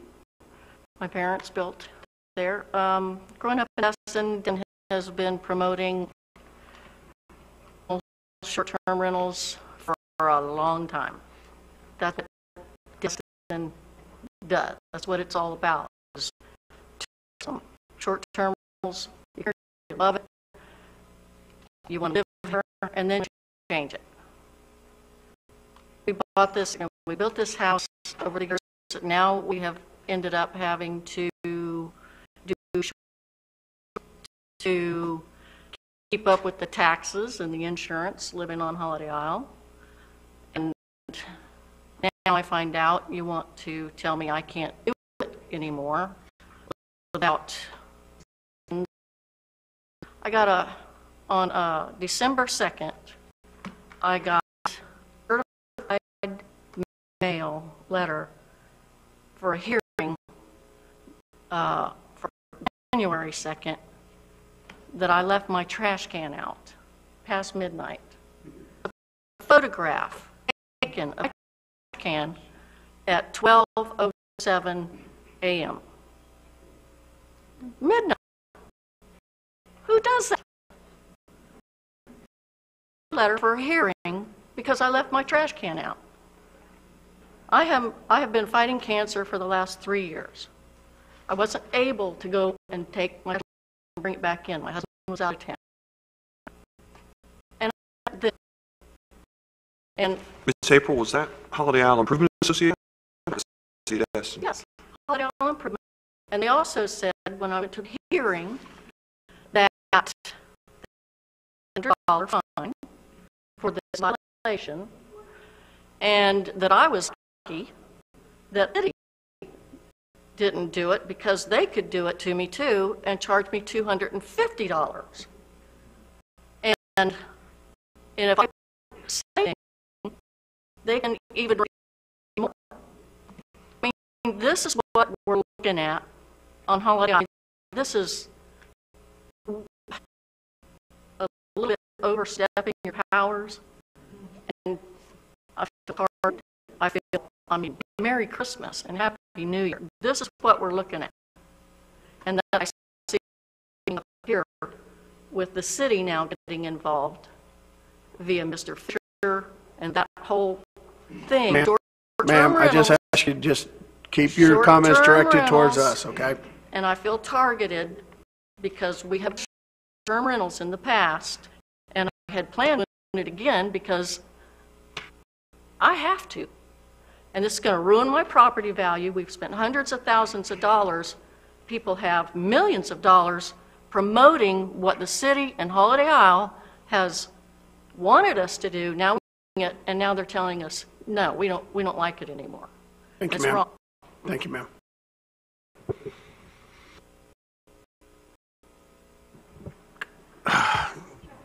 We got a couple more. Marcia, you can come up now. You don't have to always be last, unless you like being last all the time. Go ahead, sir. Come on.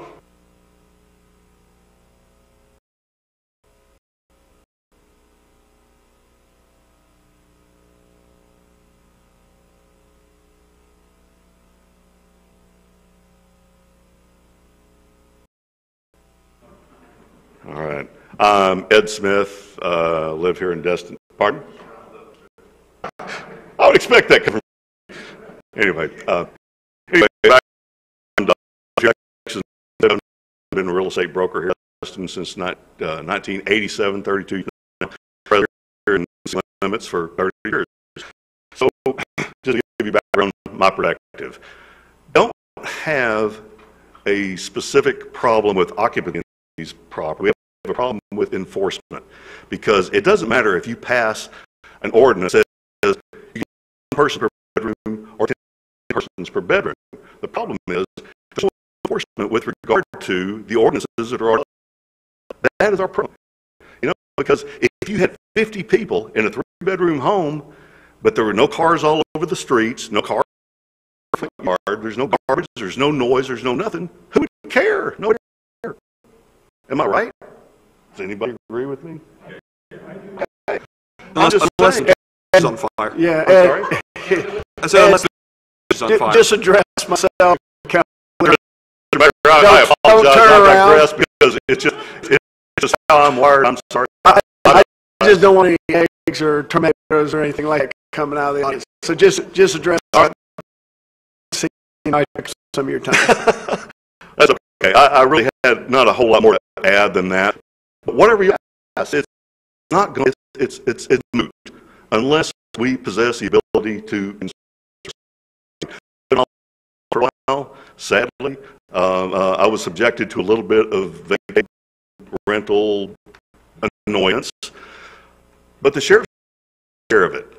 If there's noise, the sheriff take care of it. We have problems. Call the sheriff's department. They took care of it. It's enforcement problem more than an occupancy problem. Consider that because I'm, a real estate broker here in town. I'm a property right kind of guy. So I don't broad brush approach. I had to see this county broad brush approach towards legislating and that's really not a job. You can pass all the ordinances or regulations you want to, but until we can put it on the books, it's not going to make any difference. So, all right. Thank you for your time.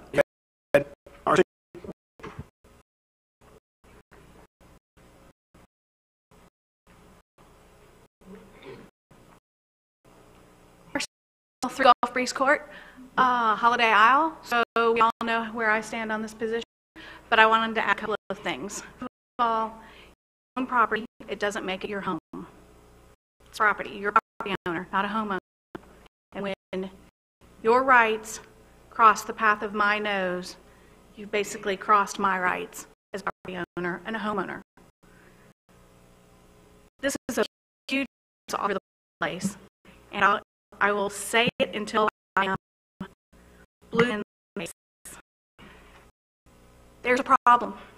I don't know how you're going to fix it. There's a problem. When you have 18 people going inside what I live in, 3 of them, and it's tight course, people are going in, and there's nothing to stop that from happening because there's no place to or whatever. Thank you, Ms. Bell. All for comments.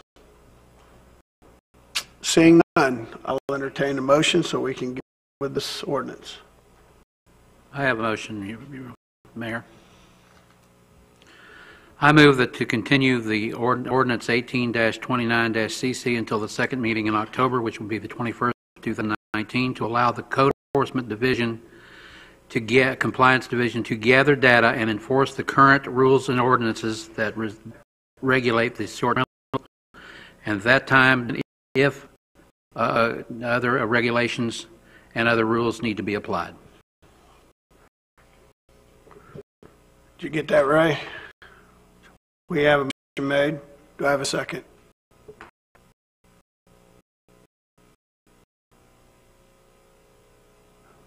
Motion dies for lack of a second. Mr. Oberdeer. Okay, I don't have a motion. I just have a couple of questions. The ordinance as it's written. If on page 6 of 9, it doesn't matter which rate you look at because everything's the same except the 2+2 or 2+4. But this addressing 2+2 or 2+4. On page 6 of 9, under I, it talks about what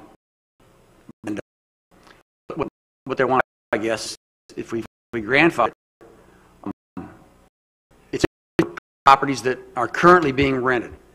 And so my question would be, if you have a valid that's been issued by the city and you are under construction or anticipating that you're going to start construction and you've done good faith by develop this property and then use it as a rental property, but it doesn't sound to me like right now that there is something that we should add, because it's not only the people that are using rentals for development.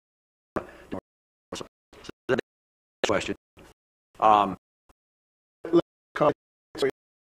you say? Go ahead. So that's if you want those with the, you would want us to tweak language in between now and second reading, but that change would not require it to go back to first reading. Excellent. Okay. And then the other thing that I have is just that then when you go farther on down in that same on that same page, when they do make this grandfathering application, it says that the city staff, in consultation with the city attorney, shall make a recommendation to the maximum occupancy of certain. And my question: what guideline are you going to use? I mean, how are you going to say what they can use or they can have in there? Guidelines are right above it, where it says that the applicant would provide verifiable written proof that the use is a short-term rental existing and legally established as of the effective date ordinance, which is of right now January 1st, 2019. Rooms legally established. There aren't code lines, not intended discussion with staff of those criteria. So even though, let's say, for example, for what, and they apply for the fathering thing, they buy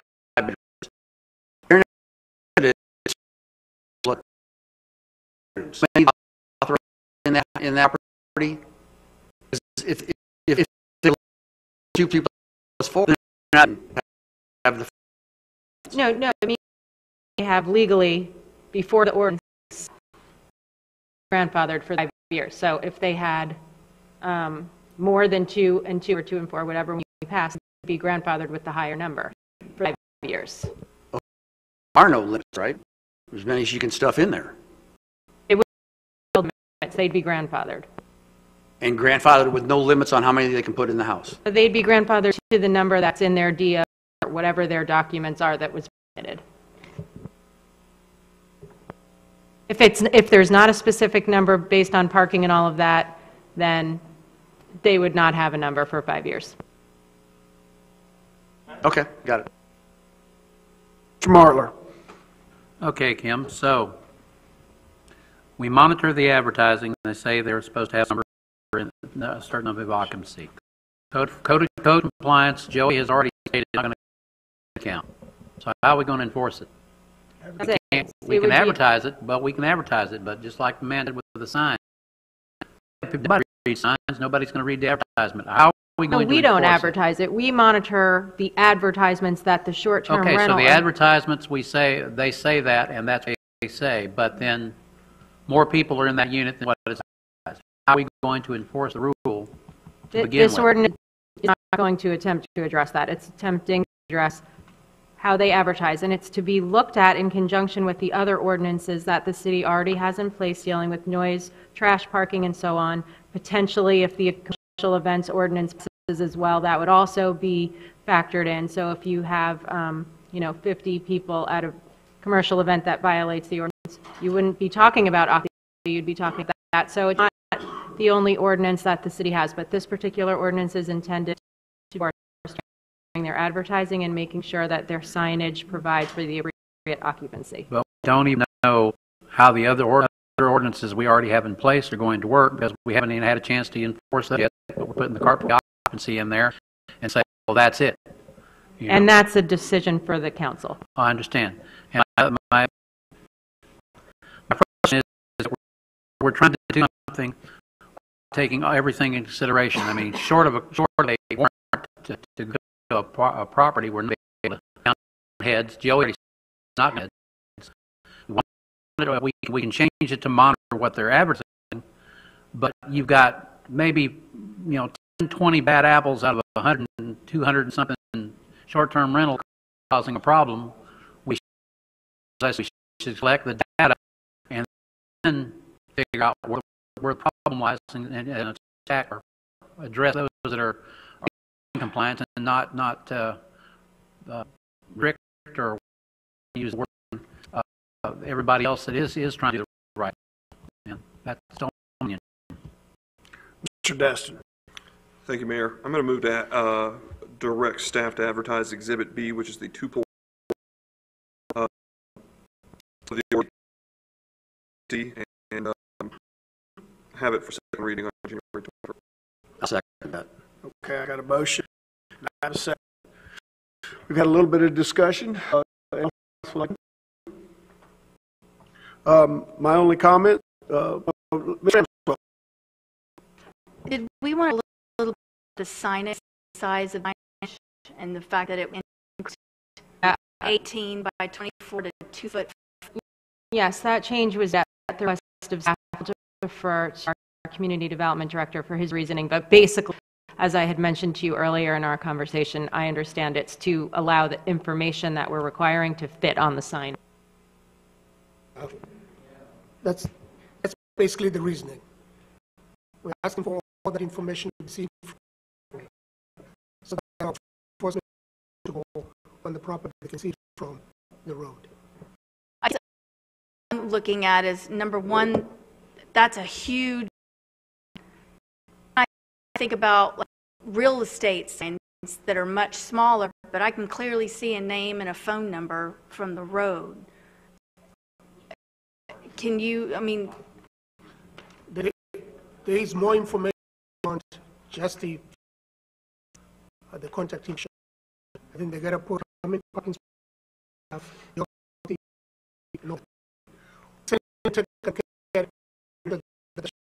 Seen from the road for us to be fitted.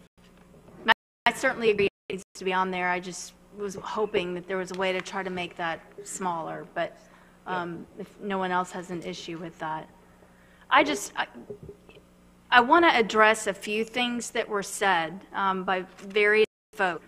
This is not an effort to stop tourism, to stop people coming into town. Not at all. Clearly, town built on fishing and visitors coming here to enjoy our beaches and everything else we have to offer. We want people to come, but we want the people that live here full time to be able to enjoy their life, have a quality of life. Nobody wants to be sure that's having 2 in the morning or even 4 in the afternoon and there's 100 people. We got to have some sort of parameters, and it hasn't worked. I think we can all safely say that we can buy houses. We've seen this thing, but I've seen it coming across 98, and that's another issue we're starting to tell. Now we've got rentals appearing in Indian Bayou, and that's not even allowed over there. So then we look at, we even have our own code, and if there's 25 people or more in a home, that's classified as a hotel. And it's done that way for a reason. It's done that way because that many folks in a residence in a structure, you need to have certain equipment, certain safety measures that have to be taken into consideration.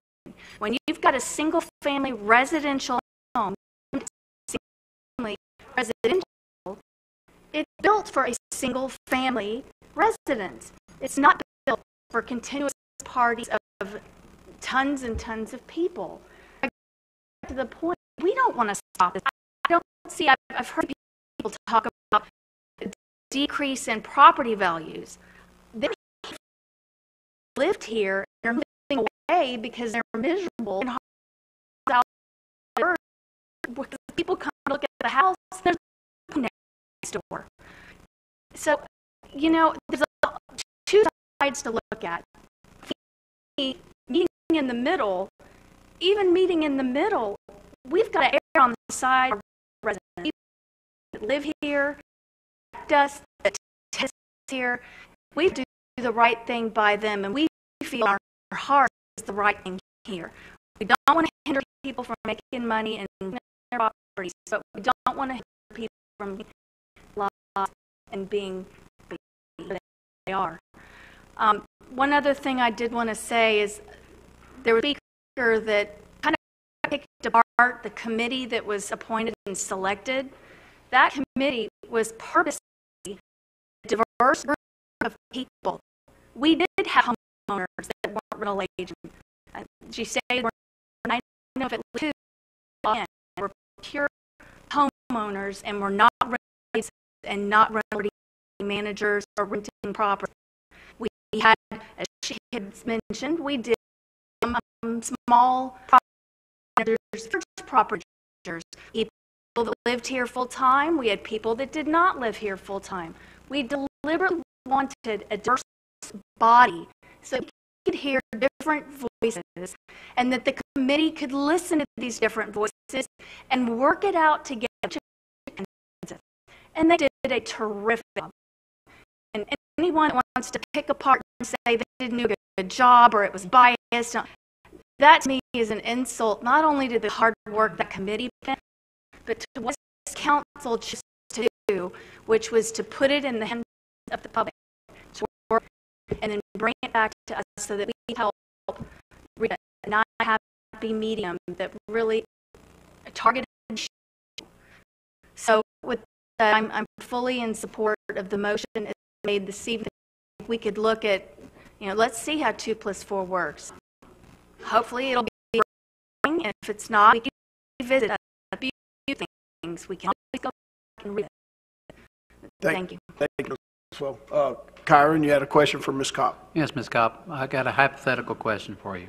Hypothetically, 2 identical houses side by side. One's a short-term rental and one's a resident. Same identical situation might happen. The resident has a whole bunch of people over and has a party. Are we going to regulate them? For commercial purposes, yes. No, I'm talking about a ball game. No.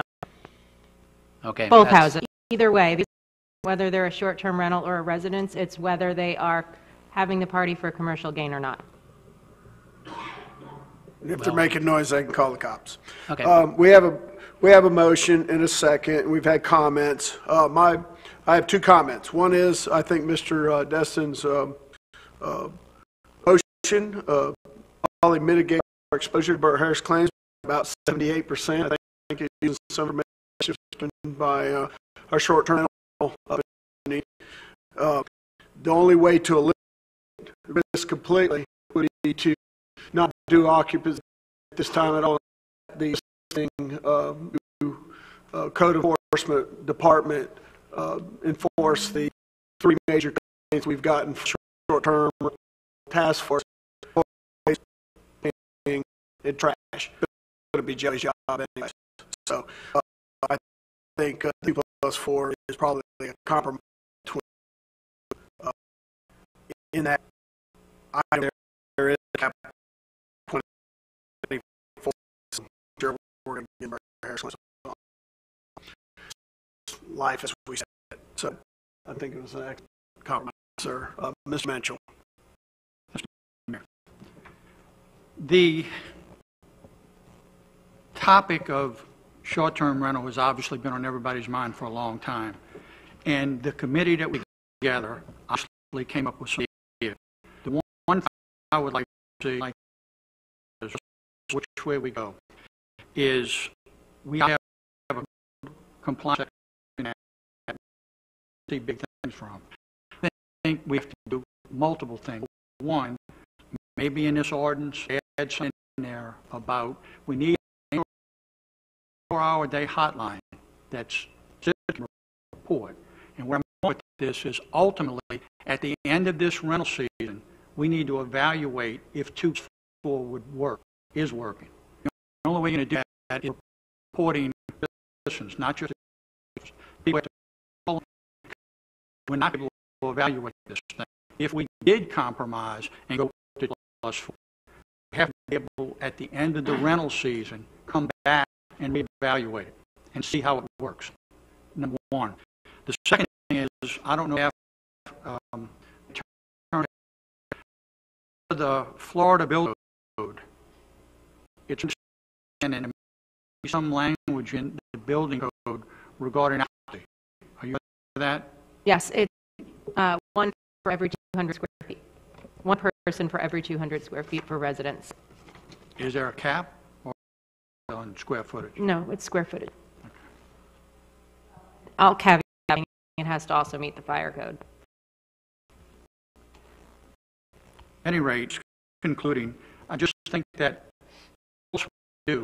we have to come back and possibly revisit this thing to see if it's worked. We're going to allow, if we pass 2, you will rental homes an opportunity to police themselves. some of those trouble homes. Give them that opportunity to police. If it doesn't work, then we come back and reevaluate it and take the measures. Sir. Can I just respond about the phone number, that hotline that you asked about? I just wanted to say that I actually have to go, or you could the city have to do that. I was going to point that out. I've already kind of about we were talking about our code enforcement. All right, we got a motion. We have a second. Seeing no discussion. Mayor? Yes. Right here. The motion was to bring it back for second reading on January 21st. That's a holiday. Can we make that 22nd? So that motion's been amended. The second.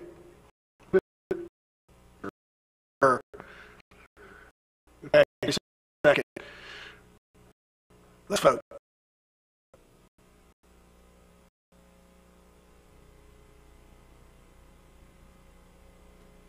We have ayes have it, so moved.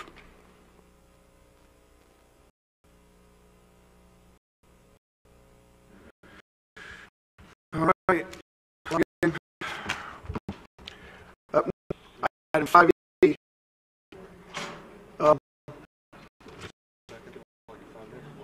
Ken? We'll take a 5-minute break before we get into the 5-minute break.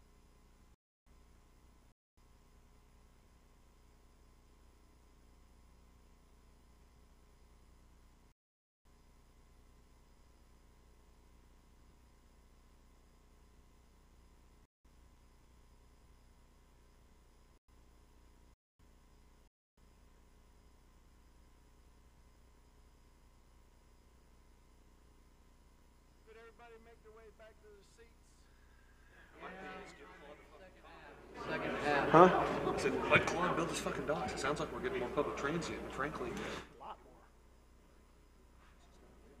Air carrying vessels. That doesn't guarantee a charter boat. It needs to say charter boats. That's what I wanted to. And that's what we're going to eventually, but it doesn't say that right now. Well, we can add it to this one, can't we? It's the way, in and out. We change it and we'll send them all. it's the way that Kyle has explained it to me.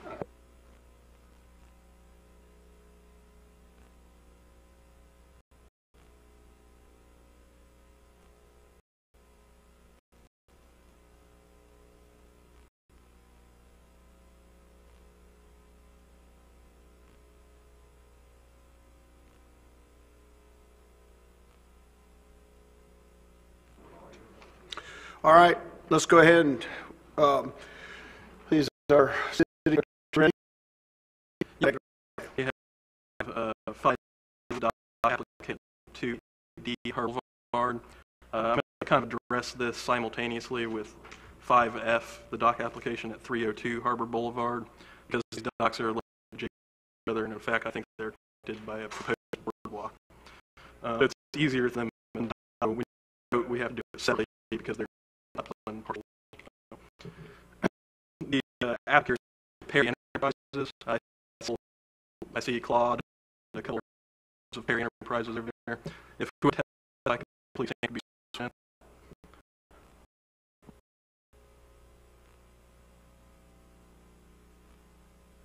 Go ahead, Ray.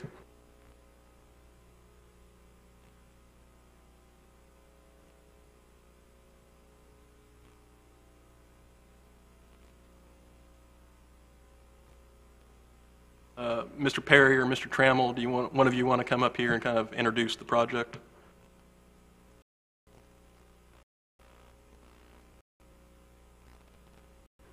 Thank you, Council. Matt Trammell, Tailoring. We're here. Mr. Perry, he had contracted with us to obtain the permits and authorizations for his 2 projects. Forward project. Mr. Bauman's done a great job laying out exactly what we're looking for. We're under an exemption that's allowed under the Land Development Code. However, each one of the properties falls short of that exemption. We're getting well beyond the public slips that are required. Water taxi dock, opposed to 2 taxi dock, one on each property. It's kind of like 2 water taxi slips within 50 feet of one another. And then lastly, the commercial, you may think of it as an additional public benefit, his the downfall, I will say. That's as Kyle's laid it out. We're 2 fare carrying slips short, and we're 1 fare slip short on the other. We'll to add more.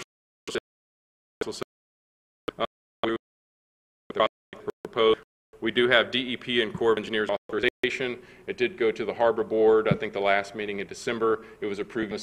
The Harbor Board didn't think that it was a larger public benefit to approve the project as proposed, and so we're here today. Was there any changes in document, brick materials? Everything is. No changes from the DEP or the Harbor Board. Everything has been the same and consistent. What you have in front of you. And the Harbor approved the project? Yes, sir. Okay. Mr. O'Bear. I'll make the motion if you like. I move to approve the application for marine construction 288D Harbor Boulevard and just do the 2 Boulevard by exercise police person in a manner which maximizes the public benefit. I've got a motion and a second. Just right. How's it going to be if one parcel is sold and the other one's not? They are actually 2. It was historic. It had always been seen as separate entities, separate parcels. It's the same owner, but it is 2 separate parcels, 2 separate permits, 2 separate submerged land leases. And I think that's exactly why Mr. Bauman has recommended that they be 2 separate motions. That's right, Rodney. So you are approving 1 dock at a time, so the specific proposed slips in each ravine. In the agenda item, I laid it out kind of in one because practically speaking, it is kind of So owning the piece of property to build the dock, the being built? That's not, I don't believe what they're. No, they are not in another. Each pretty its own separate. They are connected upland walk, and neither dependent on the other. It just looks like one piece is encroach on the other piece if they were eventually separated. And so there's no encroachment. DEP allows for the docks to be constructed up to the property line, and as Mr. Perry is his own neighboring adjacent parcel owner, he's given himself that setback waiver. He's given himself that authorization. So they are abutting the property line, but there's no encroachment over the property or riparian line offshore. Okay, thank you. Ms. Ramswell. Thank you. So essentially what we're looking at here is the only reason we're having to approve this especially is the fact that Mr. Perry actually doesn't want to have several of these as fare carrying vessels. He actually would like to make them public. Is that correct? That's correct. In my discussions with Mr. Perry, he wanted to provide, there's a huge lack of public slips and waterfront on Destin Harbor. I think we have all of 2 slips. I don't know the exact number, but we're proposing nearly almost 20 public waterfront slips that will be available on his 2 properties. That's going to benefit the harbor water, the harbor boardwalk, and all of the harbor area in general. So that was his plan all along, to provide the greatest public benefit to that area of the harbor waterfront. Absolutely agree. And all day long, I'll take people that want to do public slips opposed to, fare carrying or additional commercial. So that's true. Just for the record, 21 of the proposed 40 slips will be available for public transient mooring. That represents an increase from the 9 of 21 currently. Okay, got a motion, got a second. Is there any further discussion? The only thing I would like to bring up is there's some ambiguity about defined fare carrying vessel, and I would like us to address that in our ordinance, and put that on the agenda to clarify that as being either a charter for hire vessel or dolphin cruise boat, something along the lines, and not a livery vessel. So we could do that. That is something that we can do, and I would recommend that we do. The primary issue is that actually our LDC does not define fare carrying boat as term is used in this. It's not planned to fare carrying. So I borrowed that definition here. We can find that better in the LDC. All right. Is there any further discussion? Seeing none, let's go ahead on this. So we start on the second one. By the way, I forgot we have to have public comment. It's a hearing. Yeah, good catch. Would anyone like to speak on this dock? No. You can come up here, ma'am, and offer your public comment during the public comment period. Public hearing. Now, it doesn't have to make a statement, so you are allowed to have public inquiry. Yeah, we don't know who you are. Marcy Bell, 3 Gulf Race Court. I just have one question. I think it's a great idea. So if it's transient and there's that many, 21, is there one I would ask, but I'm not to talk to?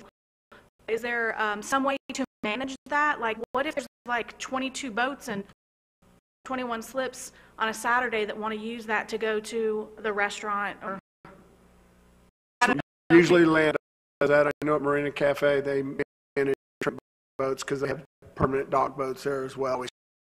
Marina, they can put big boats in their slips, and people are always asking me where they can dock a 50, 60 footer, and I always tell them call Marina Cafe.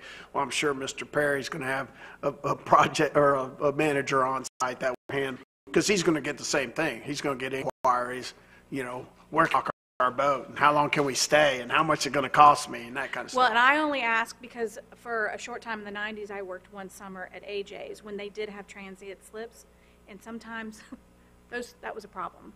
People wanted them. Any further comment? Let's go ahead and take this.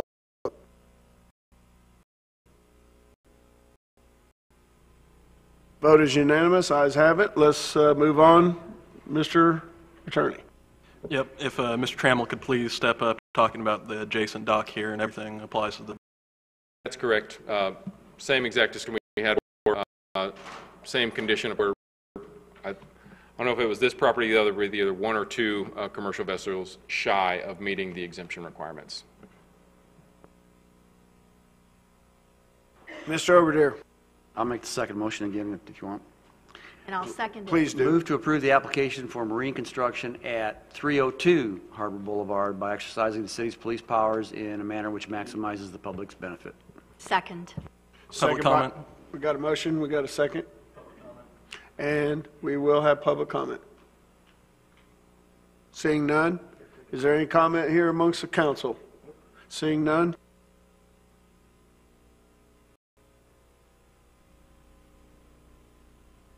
Just like to thank you all on behalf of myself and Mr. Perry. Appreciate it.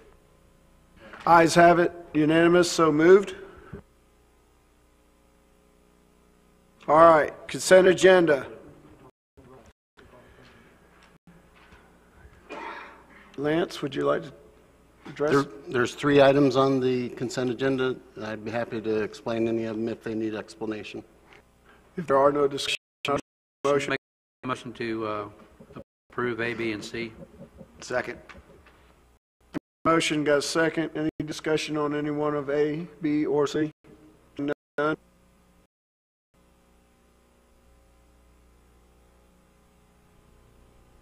Ayes have it. Unanimous. So moved.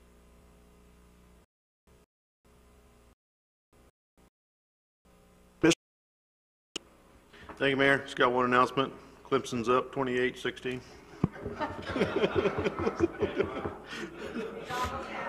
Is that roll Clemson instead of roll Tide? Is that at the half? I got it. Yeah. I wonder if their backup quarterback's going to come in the second half. Ms. Ramswell. Nothing tonight, Mayor. Thank you. Mr. Mensch, your first time. Yes, I would like an honor and privilege it has to be selected to city council special election on March the 12th. To my fellow council members who had the trust and faith to vote for me, I want to express appreciation and thank you. As the chairman of the Public Works Committee and head of the local planning agency, in position allow me to stay up to date on many of the items we'll be seeing in the future. The temporary position is only until the special, and I'll be working hard to support a vote on myself. Since I can't question at any time, if I can issue, I'll answer any questions. And I didn't mess up any votes tonight. Thank you, Mr. Mitchell. I'm glad to have you on board, sir. Mr. Over. Yes, thank you. I'd like to nominate Jim Foreman for the Board of Judges. We got a motion. We have. And what I would ask, since he's on city council and hasn't been off the city council for a year, that we kind of delay this until March, which will then give him time to be off for a year because there's some kind of stipulation in our city charter or city code. So 14th March, he can be on the Board of Elections because the election was the 13th, 2018. Yeah, I didn't either. Yes, there's a year cooling off period for any point of position. So can we vote to nominate him this, but not take effect until the 14th of March? I would recommend we hold off until March. Okay, then I'll just let you know that on the 14th of March, I'll be nominating Jim for the Board of Adjustments. Mayor, may I ask a question? Go ahead, Ray. You're allowed to ask questions anytime you want. Jim Foreman has been appointed to the town center already. Do you have time? Is there a committee board in terms of that rule? The charter, hang on a second, let me pull it up. I believe it's an appointive position. So if that is appointed by a council member, then yes, Jim should be at the board right now. Well, now that that boo-boo's been discovered, maybe just misses a couple things. And maybe we need to change. We'll maybe reappoint him all in March. Okay. Put that on your calendar, Lance. On this same line, can you send us a list of the current vacancies and committees? I'll send you on a roster. Okay, that'd be great. All right. All I have. Councilmember Marler. Except congratulations, Steve, and welcome aboard. And Mr. Daniel, you're going to thunder on this one. Go. Yeah, there's not a whole lot of thunder. The coyote problem. Everybody who's lived in town has seen coyote around late at night. There's like, I mean, it is pretty. They you can spot them. They got the long spindly legs, and there's just. As I'm bringing this up tonight because I have gotten a series of calls over the last couple of months with people having animals, domestic animals attacked, and I think probably hit a saturation point where at some level you have just a background level of coyotes. I don't think you ever get rid of all. At a certain level, they finally critical mass. So they just start having more and more. So, point where we probably need to start trapping them and getting rid of them in a humanely way we can.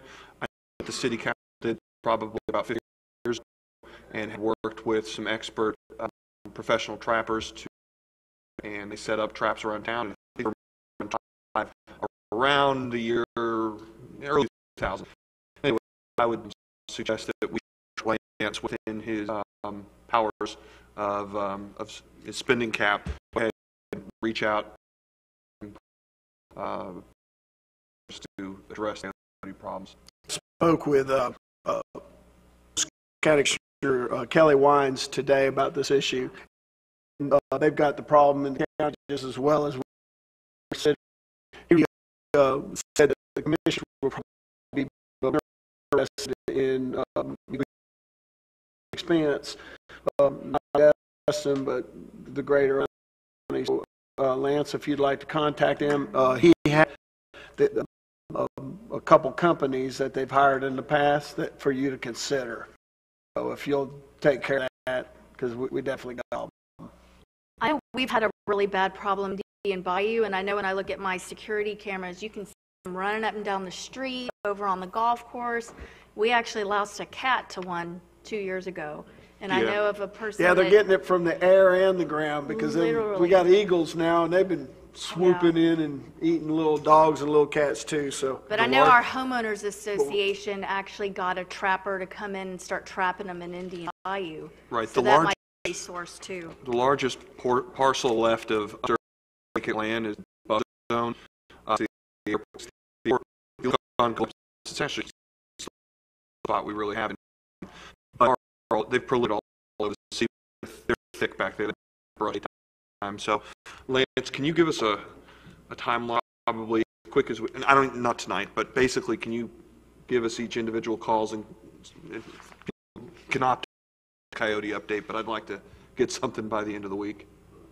Thanks. Let's fence them in and put them on a reservation.